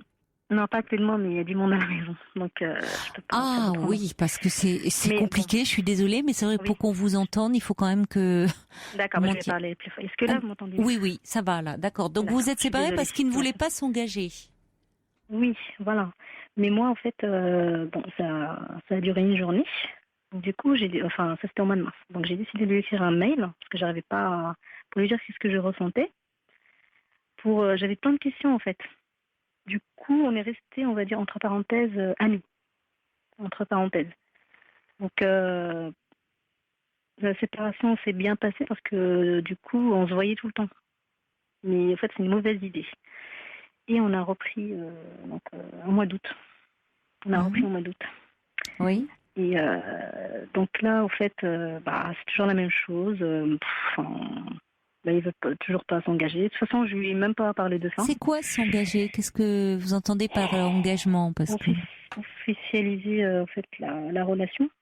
Officialiser la relation. Pourquoi? Parce que là, on ne sait pas que vous êtes ensemble? Oui. Parce que je suis d'origine maghrébine et chez nous, en fait, voilà. Il faut quand même un minimum pour officialiser une relation. Donc ça, c'est ça qui est un peu compliqué. Officialiser, ça passe par le mariage ou c'est vraiment pouvoir le présenter à votre famille? Oui, le présenter et ça peut être aussi un mariage religieux, pas obligatoirement avec un acte de mariage. Mais au moins que ce soit officiel, que la famille soit au courant. Donc en fait, en gros, si vous le présentez à sa famille, ça veut dire que vous devez, après, le mariage doit suivre.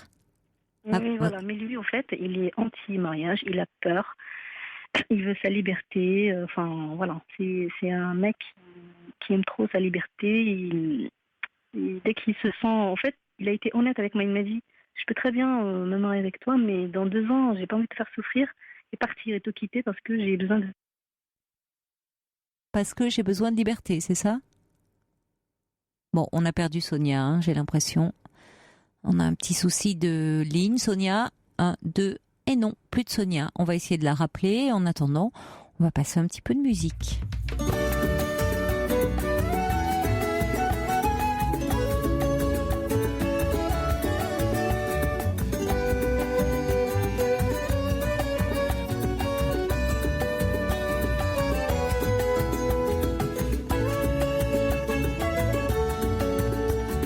Caroline Dublanche sur Europe 1, 39 21. 50 centimes la minute plus coût de l'appel. J'ai toujours voulu être un peu plus que moi-même. Changer 100 fois d'amour pour me rencontrer. On retrouvera Sonia un petit peu plus tard. En attendant, on accueille Isabelle. Bonsoir. Bonsoir Caroline. Bonsoir et Isabelle. Merci pour Agnès Jaoui que j'écoute en boucle. Ça, c'est vrai? Ah oui, vous aimez beaucoup son... C'est un album alors qu'elle vient de sortir? C'est un album qui est un petit peu représentatif de l'Amérique du Sud. Oui. Et j'adore. Elle avait chanté le fado. Ça me parle bien. Donc voilà. Elle a tous les talents parce que elle est fantastique en tant que comédienne. Mais c'est vrai qu'elle se lance aussi. Mais c'est pas la première fois d'ailleurs. Elle l'avait déjà fait. Elle a une très belle voix. Un très beau timbre de voix. Ah ben voilà, on fait une petite dédicace, alors rien que pour vous. Merci. Alors vous écoutez Non, vous m'appelez parce qu'en fait, vous venez d'apprendre quelque chose qui vous bouleverse pas mal, qui vous chagrine. Un tsunami. Allô? Oui, je vous écoute, Isabelle. Un tsunami. On est mariés avec mon mari depuis 37 ans. Oui. Il y a 20 ans en arrière, mon mari a une maîtresse et voilà, ça s'est passé. On était en construction de maison, 2 enfants. Il a choisi plutôt le foyer. Moi, c'est passé. 20 ans plus tard, c'est un petit peu compliqué, je m'excuse d'avance. La vie, qui continue. Nous, on s'est connus très jeunes. Moi, c'est mon premier amour. J'avais 15 ans. Oui. Et on est mariés depuis 37 ans. Donc, c'est vrai qu'on est un vieux couple. Mmh. On a déjà pas mal, fait un bon chemin ensemble. Traversé beaucoup de choses ensemble. Tout à fait. 2 enfants, maintenant des petits-enfants.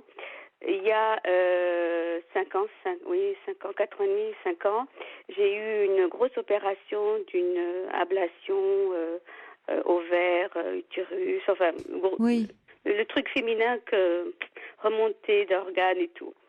Suite à ça, j'ai eu quand même pas mal, le moral un peu... Oui, c'est une intervention quand même assez lourde et fatigante, et puis qui a des répercussions aussi psychologiques. Tout à fait. Et qui a aussi des conséquences, puisque sur le couple, sur la sexualité, sur le fait. Voilà. Et quelque temps après, suite à ça, j'ai moi-même rencontré quelqu'un. Et c'est devenu une personne qui comment dire, un amant, hein, tout simplement, il faut dire le mot, hein, n'ayons pas peur des mots. Et au bout de quelques mois, c'était quelqu'un qui était pas, comment dire, très calculateur. Enfin, j'ai vécu des choses très compliquées. Au bout de 8 mois, je l'ai dit à mon mari. Vous me suivez ou Oui. Si, non, je vous suis très bien jusqu'à présent. Pas de me perdre. Non, je vous suis. Et ma fille nous annonce qu'elle est enceinte, on réfléchit. Moi, je voulais partir, j'avais déjà pris un appartement. Voilà, on a fait ensemble d'être ensemble. Mais mon mari, en fait, il voulait des explications et moi, c'était compliqué parce que je voulais pas tout lui dire parce qu'il voulait des détails. J'ai pas voulu. Vous avez bien fait. Oui, on a fait une psychothérapie avec un conseiller conjugal pendant plusieurs séances et elle me disait mais c'est parce que c'est vous qui êtes en manque de quelque chose, l'impression que qu'il vous manque quelque chose, donc me remplir en fait. J'ai pas bien compris, mais bon, fallait que je me remplisse. Bon. Vous n'avez pas bien compris de quoi il fallait vous remplir. Voilà, il fallait que je me remplisse. Et il fallait que j'aille voir on est allés tous les deux, mais il fallait que j'aille voir un spécialiste. Et je l'ai pas fait. Je me suis dit bon, non. Finalement, vous avez surmonté, vous avez encore surmonté ça, cette infidélité. Oui, on a surmonté, mais pas trop pour lui parce que aujourd'hui, on en est là en fait. Hein. J'ai ramé, ça fait 4 ans et demi que je rame, et quand je dis que je rame, parce que vraiment je rame, moi je suis quelqu'un qui est très foyer, très enfant, je suis pas une volage, quoi. Il y a eu comme ça dans ma vie, parce que peut-être que j'ai manqué d'expérience, parce que je l'ai connu trop tôt, enfin on s'est connu trop tôt, je crois qu'on n'a pas vécu ce qu'on aurait dû vivre avant de se marier, puisque on s'est marié tellement jeune. Je pense que c'est des couples qui se connaissent jeunes comme ça, je sais pas ce que vous en pensez. À un moment donné, ce que vous ne faites pas étant jeune, ça vous rattrape plus tard. Et plus tard, c'est compliqué, non ? Oh, je ne sais pas. C'est difficile de faire des généralités. Ça peut, mais bon, vous aussi, c'est pas arrivé à n'importe quel moment de prendre un amant. Au fond, à un moment où peut-être vous vous sentiez un peu atteinte, un peu touchée dans votre féminité. C'est pas rien, une hystérectomie, une ovariectomie. Et peut-être que aussi vous savez, l'infidélité, elle peut avoir de multiples causes et derrière, il y a trop d'idées reçues. On pense que si on est infidèle, c'est parce qu'on n'aime plus l'autre. La réalité, souvent, est plus complexe que ça. Et ça peut être parfois aussi pour à nouveau soi, ça peut être par rapport à soi, pour se sentir mieux, pour combler un vide, pour se sentir vivant. Il y a plein de choses. Bon. Moi, j'ai toujours dit, et c'était bizarre, mais j'avais honte de dire ça. En fait, je me dis, mais j'étais trompée, mais finalement, j'ai l'impression que je n'ai jamais cessé d'aimer, puisque je me suis toujours occupée de toi, j'ai toujours fait l'amour avec toi, je ne t'ai jamais abandonnée, en fait. Vous n'avez jamais cessé de l'aimer, lui, votre mari. C'est bizarre, j'arrive même pas à comprendre ça, ce que je vous dis. Je comprends pas. Comment ? Parce que ça montre que c'est pas parce qu'il y a une infidélité qu'on n'aime plus l'autre. Ça peut arriver, bien sûr. Dans certains cas, c'est le signe qu'il y a plus d'amour, mais c'est pas toujours le cas, contrairement à ce qu'on pense. Donc c'est autre chose. C'est à que vous parlez d'autre chose. Vous dites cet homme, c'était un amant. C'était pas forcément un homme que vous aviez investi, comme votre mari l'était. Mais non. Et puis mon mari, c'est quelqu'un qui était dur avec moi parce qu'il est très nerveux, donc j'ai eu pas des violences, je me suis jamais retrouvée à l'hôpital, mais bon, des portes cognées, des oreillers sur la tête, enfin j'ai eu quand même des choses. Ah bon ? Oui, assez, parce qu'il disait que c'était ma faute en fait, que c'était moi qui le mettais. S'il se mettait comme ça, c'était ma faute. S'il se mettait dans cette rage-là, dans cette colère-là. Si je suis comme ça, c'est toi qui me mets comme ça. Et moi, je me suis toujours culpabilisée. Il y a un souvenir qui me vient des fois, et ça se passait comme ça. Et moi, je ne pouvais pas rester fâchée avec lui pendant des jours et des jours. Et à un moment donné, mais ça me revient et ça me fait mal, c'est que je lui demandais pardon pour qu'il revienne. Qu'on revienne à quelque chose de normal pour nous, pour les enfants. Mais au fond, j'avais pas à lui demander pardon, mais je me disais, si je lui demande pardon, ça va repartir. Est-ce que vous comprenez ça? Oui, comme si finalement on essuie l'ardoise et on repart à zéro. Voilà. Mais des fois, je me dis, mais quelques temps après, je me dis pourquoi je lui ai demandé de m'excuser, de me pardonner, puisque j'y suis pour rien. Mais c'était trop tard. C'était une habitude, un rituel. Il se fâchait. C'est quelqu'un de très impulsif finalement, de très nerveux, qui a un peu de mal à se contrôler. Donc. Oui. Maintenant, avec le temps, un petit peu. Il s'apaise un peu. Il est moins nerveux. Voilà, moi j'ai 55, lui il en a 59. Oui. Voilà, bon. Mais il y a quelque temps, on a eu une petite fille. Et un jour, ma petite fille, elle a 3 ans et demi, donc c'est dans les 4 ans, ça fait 4 ans quoi, qu'on est comme ça, pas très bien. Et un jour, il y avait l'orage et je gardais ma petite fille, je prends ma petite fille dans mes bras et elle pleurait et moi je suis une grand-mère un peu latine, donc je la berce beaucoup, vous voyez, c'est pas... je suis vraiment la grand-mère qui berce. Oui, on sent que vous êtes quelqu'un de chaleureux. Voilà, je la berce parce que je veux pas qu'elle pleure. Il y a de l'orage, il fait nuit. Vous la rassurez, oui. Je la rassure et mon mari, j'ai vu sortir des yeux. Ça, c'est une scène qui m'a choquée. Ça fait peut-être 2 ans de ça. Oui. Et il me dit, mais t'es une vieille grand-mère, mais qu'est-ce que t'es devenue? Regarde-toi. Il dit, un jour, je prendrai une hache, je vais te tuer. Oh là là. J'ai appelé j'ai pris ma petite fille dans mes bras. Je dis mais tu es fou. Oui, c'est très angoissant en tout cas ces propos. Devant ta petite fille, je dis mais te rends-tu compte de ce que tu es en train de dire? Tu me mets dans des états pas possibles. Et puis le lendemain, c'était fini, mais j'étais. Oui, mais enfin ça reste. 2 ans plus tard, c'est que ça m'a traumatisée. C'est traumatisant de tels propos, surtout qu'il y a c'est tellement décalé. Enfin, vous décrivez vous une scène où vous êtes très maternante, très tendre avec votre petite fille, que vous cherchez à rassurer, à apaiser, et lui qui craque et qui est dans une violence incroyable. Hein. Parce que comme si finalement, il y a quelque chose, je sais pas à quoi ça le renvoie, mais c'est hyper violent de vous balancer ça. Son papa tapait sa maman. Est-ce que, je sais pas, je vais pas faire de la psy, mais bon, il y a toujours il en reste peut-être quelque chose, qui en tout cas, on sent que chez lui, ça n'a pas été travaillé, peut-être parlé, et ça ressurgit comme ça, de façon, au moment où on s'y attend le moins, comme si lui, ça lui renvoyait, il avait une image de grand-mère sous les yeux, de quelque chose, bon.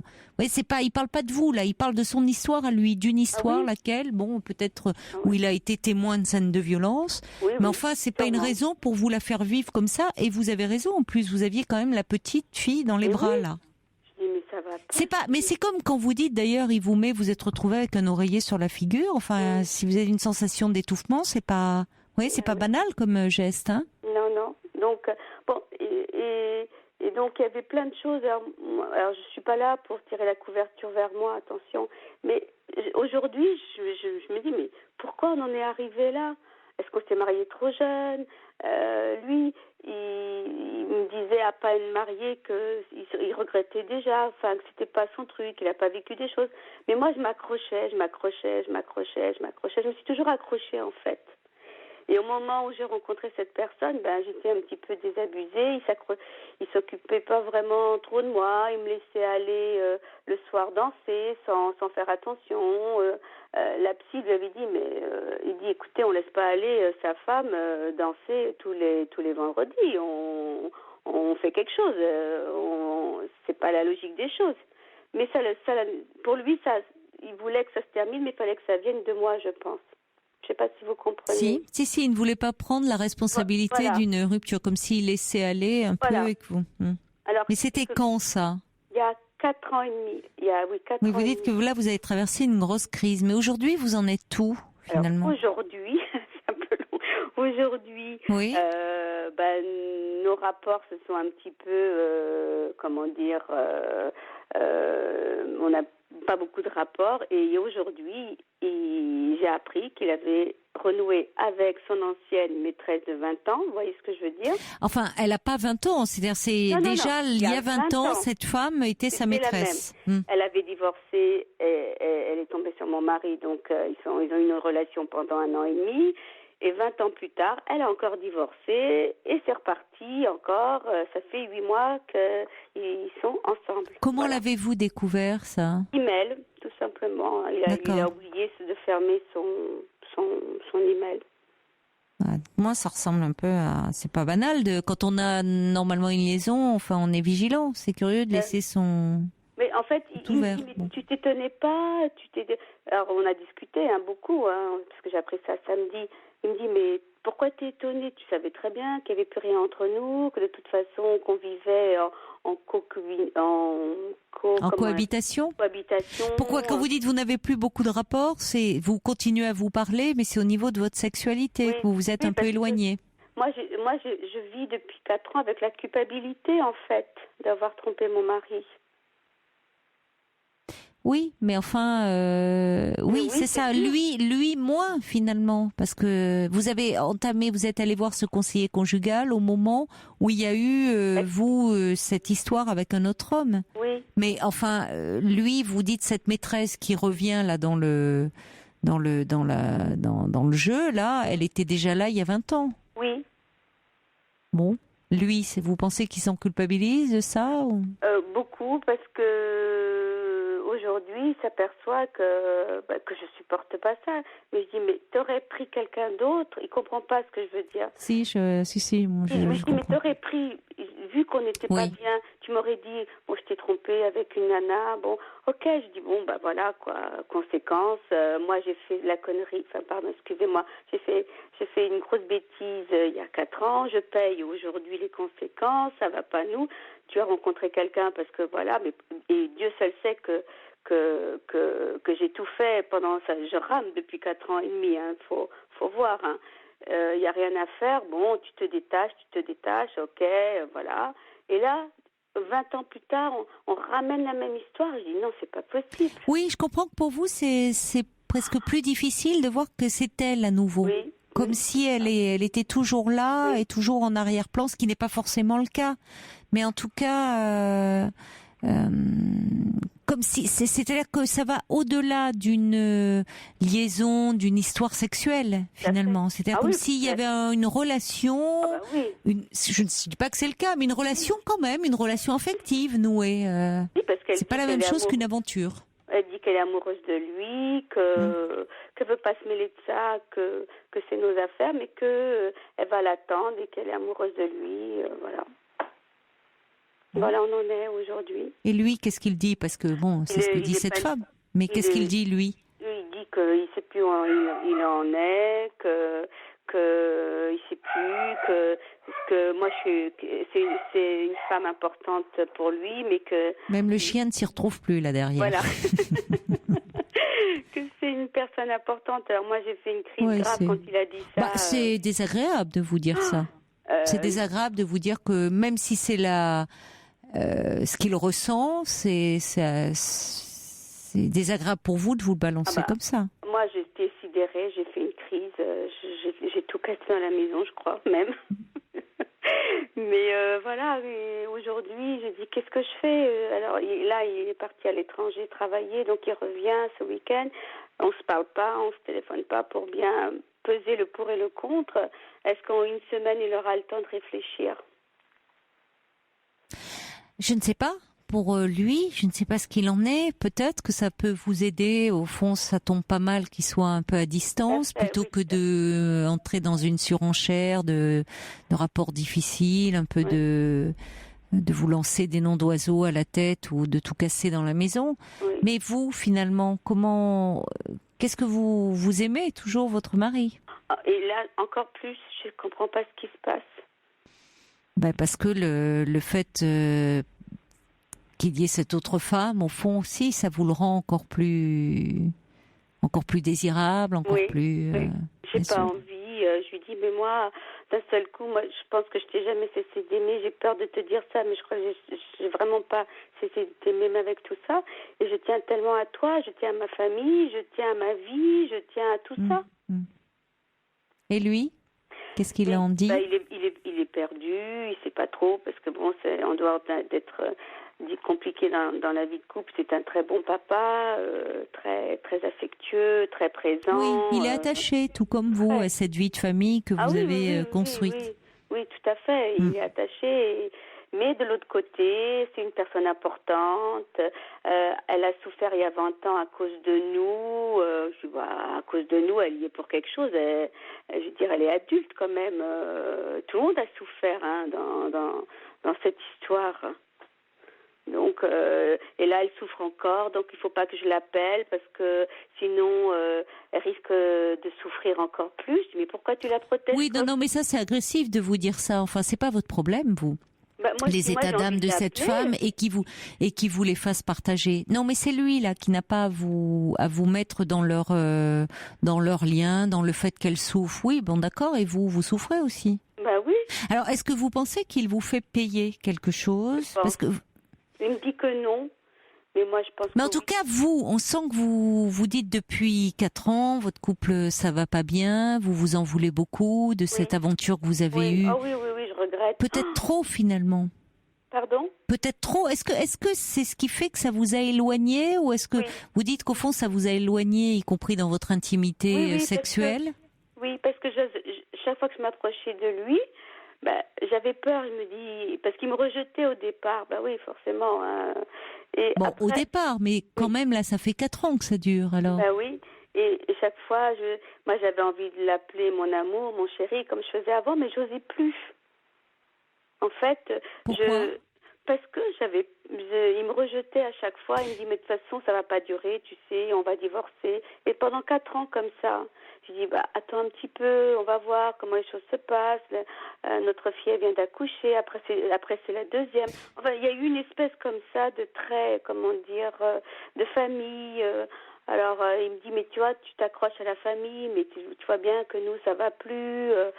Et peut-être que j'ai pas voulu entendre, et aujourd'hui, plaf. Donc, à chaque fois que vous faisiez un pas vers lui, que vous tentiez de vous rapprocher de lui, il vous rejetait, lui. Oui. Et est-ce que dans le quotidien, il arrivait quand même à vous manifester de l'attention, de la gentillesse, des... Oui, mais il est un peu dépressif parce qu'il met ça sur le compte du travail. Il n'est pas bien. Et moi, je dis, ça va aller, je vais t'aider. Qu'est-ce que tu veux que je t'aide? Je ne savais plus quoi faire. De toute façon. Mais c'est-à-dire, le problème, oui, on a l'impression que vous confondez en excuses, pas forcément toujours dans les mots, mais dans votre comportement, comme si vous n'en finissiez pas de vous rattraper de cette infidélité. Oui. Je m'en veux beaucoup. Et finalement, ça fausse, ça brouille les cartes, je trouve.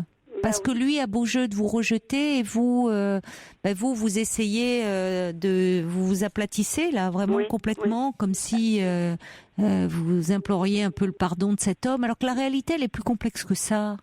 Après tout, lui aussi, il y a 20 ans, cette femme qui revient dans le circuit, elle était déjà là il y a 20 ans. Donc bon, on va pas rentrer, voyez, dans un règlement de compte. C'est toi qui as commencé, non c'est toi. Enfin, mais à un moment c'est autre chose. Donc c'est-à-dire, est-ce que y a plein de choses qui entrent en ligne de compte. Peut-être le fait que, comme vous dites, il va pas bien, il est un peu déprimé, et que dans ces cas-là, il revient vers quelqu'un à qui il peut se confier quand ça va pas bien, cette ancienne maîtresse, vous voyez. Mais vous, le problème, c'est que vous n'arrivez plus à parler vraiment vous cherchez trop à vous faire pardonner. Oui, mais qu'est-ce que je dois faire? Parce que je veux qu'il reste avec moi. Je dis je souhaiterais. Oui, mais c'est pas une raison pour tout accepter. Oui, je sais, mais j'ai tellement peur de le perdre. C'est ça le problème. Oui, mais s'il ne va pas très bien, si vous le mettez au fond en position, attention, parce que vous pouvez au fond, en ayant tellement peur de le perdre, ça peut laisser entendre qu'au fond, vous êtes prête à accepter cette relation avec cette autre femme. Ah non. Ça non, vous n'êtes pas prête à ça. Ah non. Mais il faut lui dire très clairement, alors. Je lui ai dit, mais c'est pour ça que ce week-end, on va parler de ça, on va crever l'abcès, on va vraiment trouver...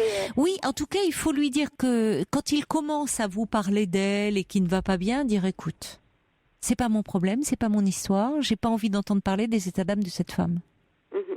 Parce que vous pouvez à ce moment-là vous ramener à vous, tu crois que moi ça me fait plaisir?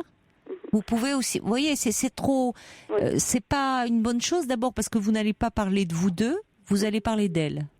Donc vous allez encore la mettre au cœur de la relation. Et c'est parfois plus facile de s'en prendre à la tierce personne qu'au fond de s'interroger sur la relation qui vous unit à votre mari. À un moment, j'ai cru comprendre, mais je me suis peut-être trompée, que vous envisagiez de l'appeler, elle, cette femme? Oui. Et après, non, moi je vais l'appeler, puis il me dit, je t'interdis de l'appeler, elle souffre assez, il y a 20 ans, elle a souffert parce qu'il m'avait choisi, entre parenthèses, il a choisi sa famille et tout ça, je t'interdis de l'appeler, si jamais tu l'appelles, plus jamais tu me reverras. Et ben quand il m'a dit ça, j'ai eu peur. Oui, mais enfin, c'est là où il y a quelque chose qui ne va pas. Déjà, de compliquer. Non, c'est pas vous qui l'est compliqué. C'est l'histoire. C'est toujours, vous savez, il y a plein de niveaux. Hein, c'est toujours. Vous avez une histoire en plus. Ça fait 37 ans que vous êtes ensemble. Hein, donc c'est quand même une longue histoire. Tout à fait. Et c'est vrai que n'oubliez pas qu'à un moment il vous a choisi vous. Avant même que vous ayez construit toute cette famille à laquelle vous êtes très attaché. Oui, c'est vrai, je l'avais oublié. N'en doutez pas ça, quand même. Hein. Donc cette femme, aujourd'hui, elle revient dans le circuit. Il n'empêche que oui, elle est peut-être malheureuse parce qu'elle lui dit « Oh, je suis passée à côté de toi » et autres. Bon, à un moment, c'était vous. C'est avec vous qu'il a construit quelque chose. C'est pas avec elle. Donc vous êtes aussi quand même forte de ça. Maintenant, quand il commence sa sérénade sur le fait qu'elle souffre beaucoup, encore une fois, c'est pas votre problème. Et l'appeler elle, non. Bien sûr que c'est tentant de s'en prendre dans l'autre, mais d'abord, ça serait lui donner une trop grande importance. Ça ne vous amènera nulle part, si ce n'est vous blesser un peu plus, apprendre des choses que vous n'aurez pas envie d'entendre, et puis elle vous donnera sa version des faits, qui est celle peut-être d'une femme amoureuse qui se languit de cet homme. Bon, ça va vous embrouiller encore un peu plus l'esprit. Non, si vous devez dialoguer, c'est vraiment avec lui. Oui, c'est ce que j'ai pensé.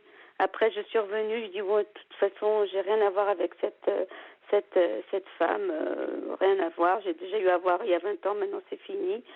C'est avec toi que je parle. Voilà, c'est ça, dire que au fond, qu'est-ce que vous avez envie de vivre encore ensemble? Et au fond, vous êtes un couple de parents, de grands-parents, vous vous épanouissez beaucoup dans ce rôle-là l'un et l'autre, mais là où le bas blesse, c'est en tant que couple. Oui, c'est finalement, qu'est-ce que vous avez à vivre? Est-ce que vous souhaitez encore vivre des choses ensemble?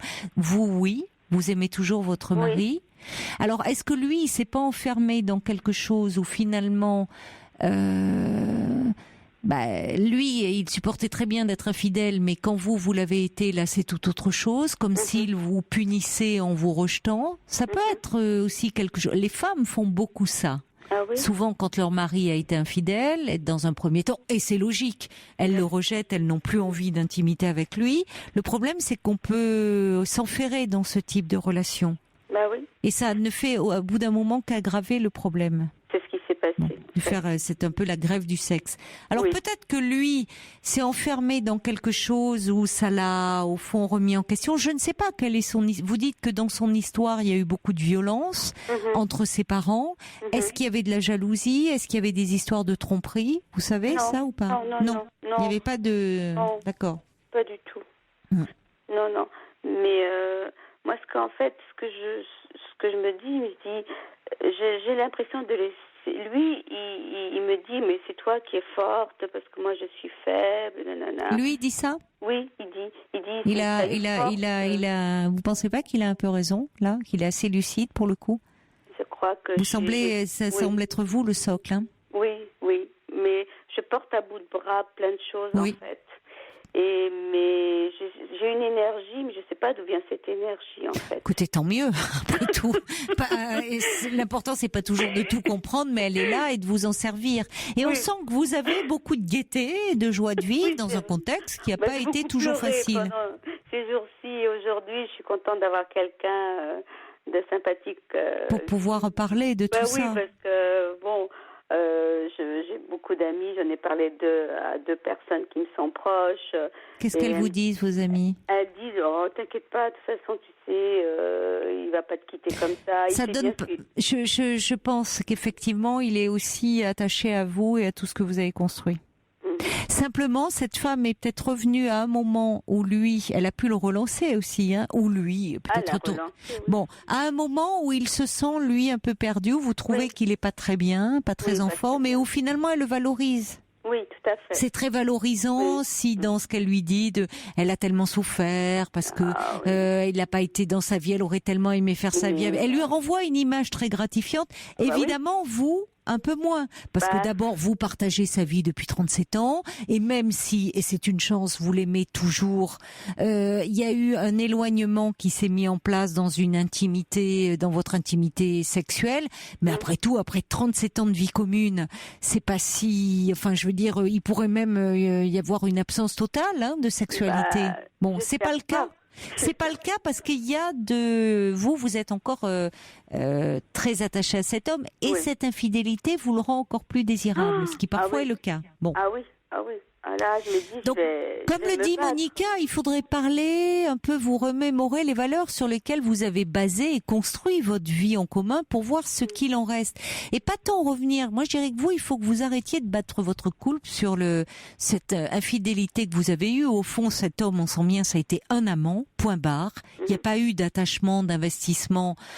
Comme là où c'est quand même dans la balance, c'est beaucoup plus douloureux, je trouve, cette femme qui est quand même là, même si elle n'a pas été là en continu. Mais enfin, je comprends que vous l'ayez pris et que ça a été difficile pour vous.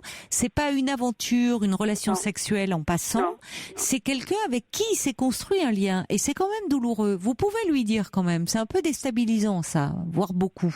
S'il commence à vous ramener, vous, à votre infidélité. Parce que sinon, vous n'allez pas vous en sortir, vous allez tourner en rond. Et vous pouvez lui dire que c'était aussi, si vraiment il ramène ce sujet-là là-dessus, que c'était à un moment de votre vie difficile où vous avez subi cette intervention chirurgicale, je rappelle, hystérectomie, ovariectomie.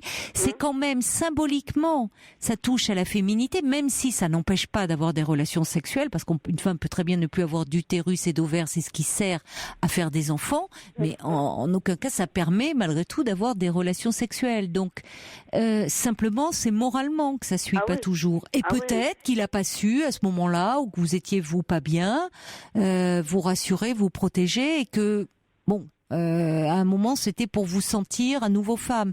Faut pas trop vous attarder là-dessus, mais plutôt de ce qui vous reste en commun et dire que en tout cas vous n'envisagez pas aujourd'hui de continuer à 3. C'est pas possible ça. Ah non, mais ça de toute façon, si vous voulez, quand j'ai appris que c'était elle, déjà c'était un. Je me dis, c'est pas possible. Elle revient, je dis, oh non. Je dis, mais sauf elle. Je dis, mais essaye de comprendre. Et déjà, ça, c'était gros pour moi. C'était énorme. Et je me dis, mais c'est quelque chose que je n'aurais jamais imaginé, en fait. C'est douloureux, je comprends, parce que c'est pas une simple liaison d'un soir qui déjà est très pénible à vivre, une infidélité sexuelle, mais on peut penser qu'il y a un lien tissé. Donc s'il comprend pas, je suis désolée, c'est qu'il veut pas trop comprendre. En revanche, vous, comme le dit Frésia, ne soyez pas trop compréhensive. Parce que ça risque de se retourner un peu contre vous. C'est-à-dire qu'après tout, il peut se dire pourquoi pas continuer comme ça dans cette configuration à 3. Mais moi, je me suis beaucoup, freiné mes élans vers lui pendant tous ces 4 ans. Je m'aperçois qu'en fait, mais pourquoi je me suis freinée comme ça? C'est une bonne question. Moi, j'adorais l'appeler mon amour, chérie. Et quand je m'approchais, il me dit, oh non, il dit, attends, tu vas pas m'appeler mon amour, chérie. Tu vois bien? Je dis, mais si, à un moment donné, je dis, j'ai envie de t'appeler comme ça. Et vous n'avez pas cherché à ce moment-là à lui demander pourquoi il ne voulait plus? Parce que, je veux bien croire que dans les premiers temps, il l'avait mauvaise, mais enfin, il a la rancune tenace. Oui. Mais parce que en fait, il voulait. Moi, je voulais oublier cette histoire parce que ça s'est très mal passé et je voulais passer à autre chose. Et je pense que là, c'est ma faute parce que lui, il voulait en discuter et discuter. Et moi, je dis non. On a été voir la personne psychologue. Et je dis, je veux plus discuter de ça. Je veux oublier. Je veux plus en parler. C'est une mauvaise histoire. Je veux plus en parler. Et en fait, lui, il me dit, il faut qu'on en parle, il faut qu'on en parle, il faut qu'on en parle. Et ça fait 4 ans qu'il me dit, il faut qu'on en parle, il faut qu'on en parle. Voilà. Donc, bon, moi je trouve que finalement vous êtes encore toujours coupable, tellement coupable de cette infidélité, vous portez tout là aussi et trop de culpabilité sur vos épaules que ça vous rend presque trop compréhensive vis-à-vis de lui. Et à trop accepter de choses, parce que après tout, lui s'est enfermé aussi dans ce rejet où vous êtes un peu inhibé dans vos élans amoureux. Il a de la chance, cet homme, encore que vous soyez aussi amoureuse et aussi passionnée vis-à-vis de lui, aussi désirante, et que vous, c'est aussi très pénible pour vous d'être rejetée comme ça et qu'on vous repousse de la sorte. Vous pouvez lui dire, parce que il vous dit au fond, quand vous découvrez là qu'il a renoué avec cette femme, il vous dit, au fond, il comprend pas tellement, comme si vous tombez des nues alors que vous n'avez plus de rapport. Vous pouvez lui dire que vous auriez aimé. C'est-à-dire que vous n'en portez pas la responsabilité. Vous aviez ces élans d'amour vers lui, mais c'est lui à ce moment-là qui se repliait. Pourquoi ? Je sais pas. Moi, je pensais. Il faut lui demander. Oui. Pourquoi ? Vous pouvez pas répondre à sa place. Qu'est-ce qui se passait ? Et je pense que si vous vous sentiez tellement coupable que vous ne lui posiez pas la question. Pourquoi ? Moi, j'ai essayé plusieurs fois. Je dis mais pourquoi tu veux pas que... Mais non, mais tu sais bien que notre couple c'est fini, qu'on n'a plus rien à se dire. Voilà quoi. Tu vois bien, on parle pas. Je dis mais parler de quoi ? Je t'en supplie, mais parler de quoi ? Je veux pas parler de ça. Moi, je veux avancer avec toi. J'en ai marre de cette histoire. Voilà. Qui disait ça ? C'était vous ? Oui. Et lui, il voulait parler de quoi au fond ? Il voulait parler pourquoi j'ai fait ça. Oui, il s'est enfermé là-dedans. Voilà. Pourquoi j'ai fait ça. Il vous le fait payer. Il continue. Mais le problème, c'est que vous-même, vous vous sentiez tellement coupable que vous avez accepté qu'il vous le fasse payer. Ah oui. C'est là où ça va pas. Et aujourd'hui, je me dis, c'est bien fait pour moi. Mais c'est ça le problème. Il faut arrêter de battre votre coulpe là. Enfin, vous voyez, il faut arrêter là. Vous êtes dans, vous auto-flagellez. Et vous en oubliez que vous auriez fait comme lui, à pas pardonner l'infidélité. Vous n'auriez pas construit la famille que vous avez construite. Donc ça va quoi. Donc le problème, c'est qu'attention, parce qu'il va vous ramener sur ce terrain-là. Quand on se sent un peu coupable, finalement, là, je suis désolée, il a renoué avec cette femme. Il peut vous renvoyer le bateau en disant, oui, mais enfin, il y a 4 ans, tu m'as trompé. Vous voyez, on n'en sort pas. Il a déjà dit, hein. Il a déjà dit ça. Oui, mais c'est-à-dire qu'à un moment, s'il y en a un qui se transforme en procureur et l'autre en victime, on tourne en rond. Et lui a endossé la panoplie du procureur et vous êtes la victime consentante en disant oui, c'est très mal ce que j'ai fait, je m'en veux beaucoup. Et bon, alors à un moment, il ne s'agit pas de deux choses l'une. Soit il y a parfois où on ne peut pas pardonner l'infidélité, ça renvoie à des choses trop douloureuses, trop difficiles, et dans ces cas-là, il vaut mieux se séparer. Non, mais je vous le dis tel que c'est-à-dire que si vraiment il y en a un des deux qui, après tout, parce qu'on peut aussi l'entendre, ne peut pas ne peut pas accepter, ne peut pas passer outre, eh bien, il vaut mieux, je termine ma phrase, se séparer que de rester dans une relation finalement avec beaucoup d'agressivité où on a de cesse de faire payer à l'autre sa supposée faute. Et j'utilise volontairement ce terme-là, ce vocable faute, comme si parce qu'une fois on n'est pas au tribunal là, dans ces histoires-là. Mais s'il y en a un qui se transforme en procureur et qui n'a de cesse de culpabiliser l'autre et au fond de le renvoyer toujours à sa faute, à son infidélité, on n'en sort plus. Le problème, c'est que vous avez endossé ça, vous. Aussi, cette culpabilité, parce que de fait vous vous sentiez coupable, là où je suis pas en train d'essayer de vous dédouaner non plus, mais de vous dire que c'était quand même, vous vous culpabilisez trop, et ce qui a fait que vous avez accepté des choses où à un moment ça n'allait pas et qui ont contribué à vous éloigner de lui, et qui ont pu peut-être le rapprocher de cette femme. Ce qui ne veut pas dire aujourd'hui que vous devez tout accepter et en tout cas encore une fois de porter le chapeau. Donc dire certes il s'est passé ce qui s'est passé il y a 4 ans, c'était un moment où vous vous sentiez assez fragile, où vous aviez subi une intervention lourde qui a eu beaucoup de répercussions sur le plan psychologique, mais lui il y a 20 ans de ça, finalement il vous a trompé et ce qui est très douloureux pour vous c'est que cette femme elle soit toujours là. Alors qu'est-ce qu'on fait avec ça? Parce que c'est ça, vous pouvez vous renvoyer l'un et l'autre vos infidélités, mais la vraie question, elle est de qu'est-ce que vous avez encore envie de faire. Et là où vous êtes très constructive, je trouve, c'est là que vous dites que vous avez toujours beaucoup d'amour pour cet homme. La question, elle est de savoir, elle est peut-être un peu difficile, évidemment, à entendre, mais s'il reste, parce qu'il est attaché à ce que vous avez construit, à la famille que vous avez construite, ou si aussi il reste pour vous. Et par rapport au couple que vous formez. Oui. Je pense que j'ai peur de la réponse. Oui, mais le fait, vous avez tellement peur, vous portez tellement de choses qu'au fond, vous n'osez pas vraiment en parler, ou en tout cas, par moments, vous vous montrez beaucoup trop compréhensible. Parce que déjà, il faut quand même lui dire que pour vous, c'est assez violent de savoir que il a renoué avec cette femme, que vous pouvez vous demander, et sans tomber dans la paranoïa, au fond, si cette femme, elle n'a pas toujours été plus ou moins là, en pointillé. Et en tout cas, vous n'avez pas à tout accepter aujourd'hui. Donc, c'est lui qui est aussi face à un choix. Il faut qu'il comprenne que vous n'allez pas tout accepter et qu'il peut continuer comme ça à vous faire payer cette infidélité survenue il y a 4 ans. Ça suffit là. Et comme le dit Brigitte, ça suppose que vous soyez plus ferme. Donc, tournez la page sur ce que vous avez fait il y a 4 ans. Et je pense que, comme le dit Brigitte, il sentira votre changement d'attitude. C'est-à-dire que vous n'allez pas plier là, mettre un genou à terre et vous dire oui, c'est ma faute, c'est ma faute, c'est ma faute. Qu'ils comprennent que ça suffit, c'est fini. Alors c'est là où je vous disais, soit il accepte et vous voyez ce que vous pouvez faire ensemble, ce qu'il est prêt à faire avec vous ou pas. Soit si vraiment, et vous pouvez dire s'il n'est pas prêt à vous pardonner, qu'il peut pas tourner la page et que, à ce moment-là, pourquoi rester ensemble? Si c'est pour vous le faire payer en étant agressif avec vous ou en tout cas rejetant vis-à-vis de vous.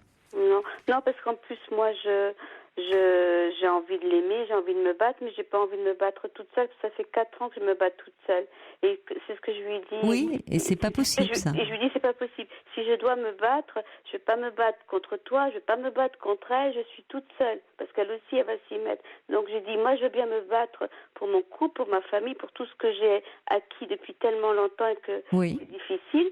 C'est une construction et j'ai encore plein de projets. Mais si je dois être toute seule à battre, je vais mourir, quoi. Je vais m'épuiser. Non, c'est pas que vous n'allez pas mourir, vous allez vous épuiser. Vous allez vous épuiser et on peut pas se battre seul. Il faut que lui le veuille. Or, lui semble être dans une position très passive, agressive. Dépressif, il est. Alors peut-être, mais alors il refume alors qu'il fumait plus. Il est dépressif. Oui, finalement, il s'est enfermé dans quelque chose d'assez destructeur. Où au départ, parce qu'il était blessé, il vous a rejeté, et c'est comme s'il s'était enfermé là-dedans et qu'il n'arrivait plus à en sortir. Voilà, alors, il a trouvé une issue, comme souvent dans ces cas-là, à l'extérieur, avec cette femme qui évidemment le valorise beaucoup, là où lui, il se sent plus à la hauteur de quoi que ce soit. Alors peut-être que en parler tous les deux ne sera pas suffisant, et comme le suggère Cathy, retournez voir un thérapeute de couple tous les deux, parce que s'il est mal, s'il est dépressif, il aura du mal à parler, ou alors il va encore une fois vous mettre en accusation comme il sait très bien le faire. Et ça, il faut pas rentrer là-dedans. Mais en plus, il me dit tu devrais aller voir un psy parce que c'est pas bien. Eh bien, prenez-le au mot et allez en voir un ensemble, en disant on l'a déjà fait par le passé. Moi, je te propose qu'on aille voir quelqu'un ensemble et qu'on en parle vraiment. Voilà. D'accord ? Je vous souhaite bonne chose parce qu'on vous sent très attaché à lui. Oui, c'est vrai. Merci. Au revoir. Bonne soirée. Je vous souhaite une très belle nuit. Reposez-vous bien. Il est maintenant 1h du matin sur Europe 1 et c'est Franck Ferrand qui prend le relais avec Au cœur de l'histoire.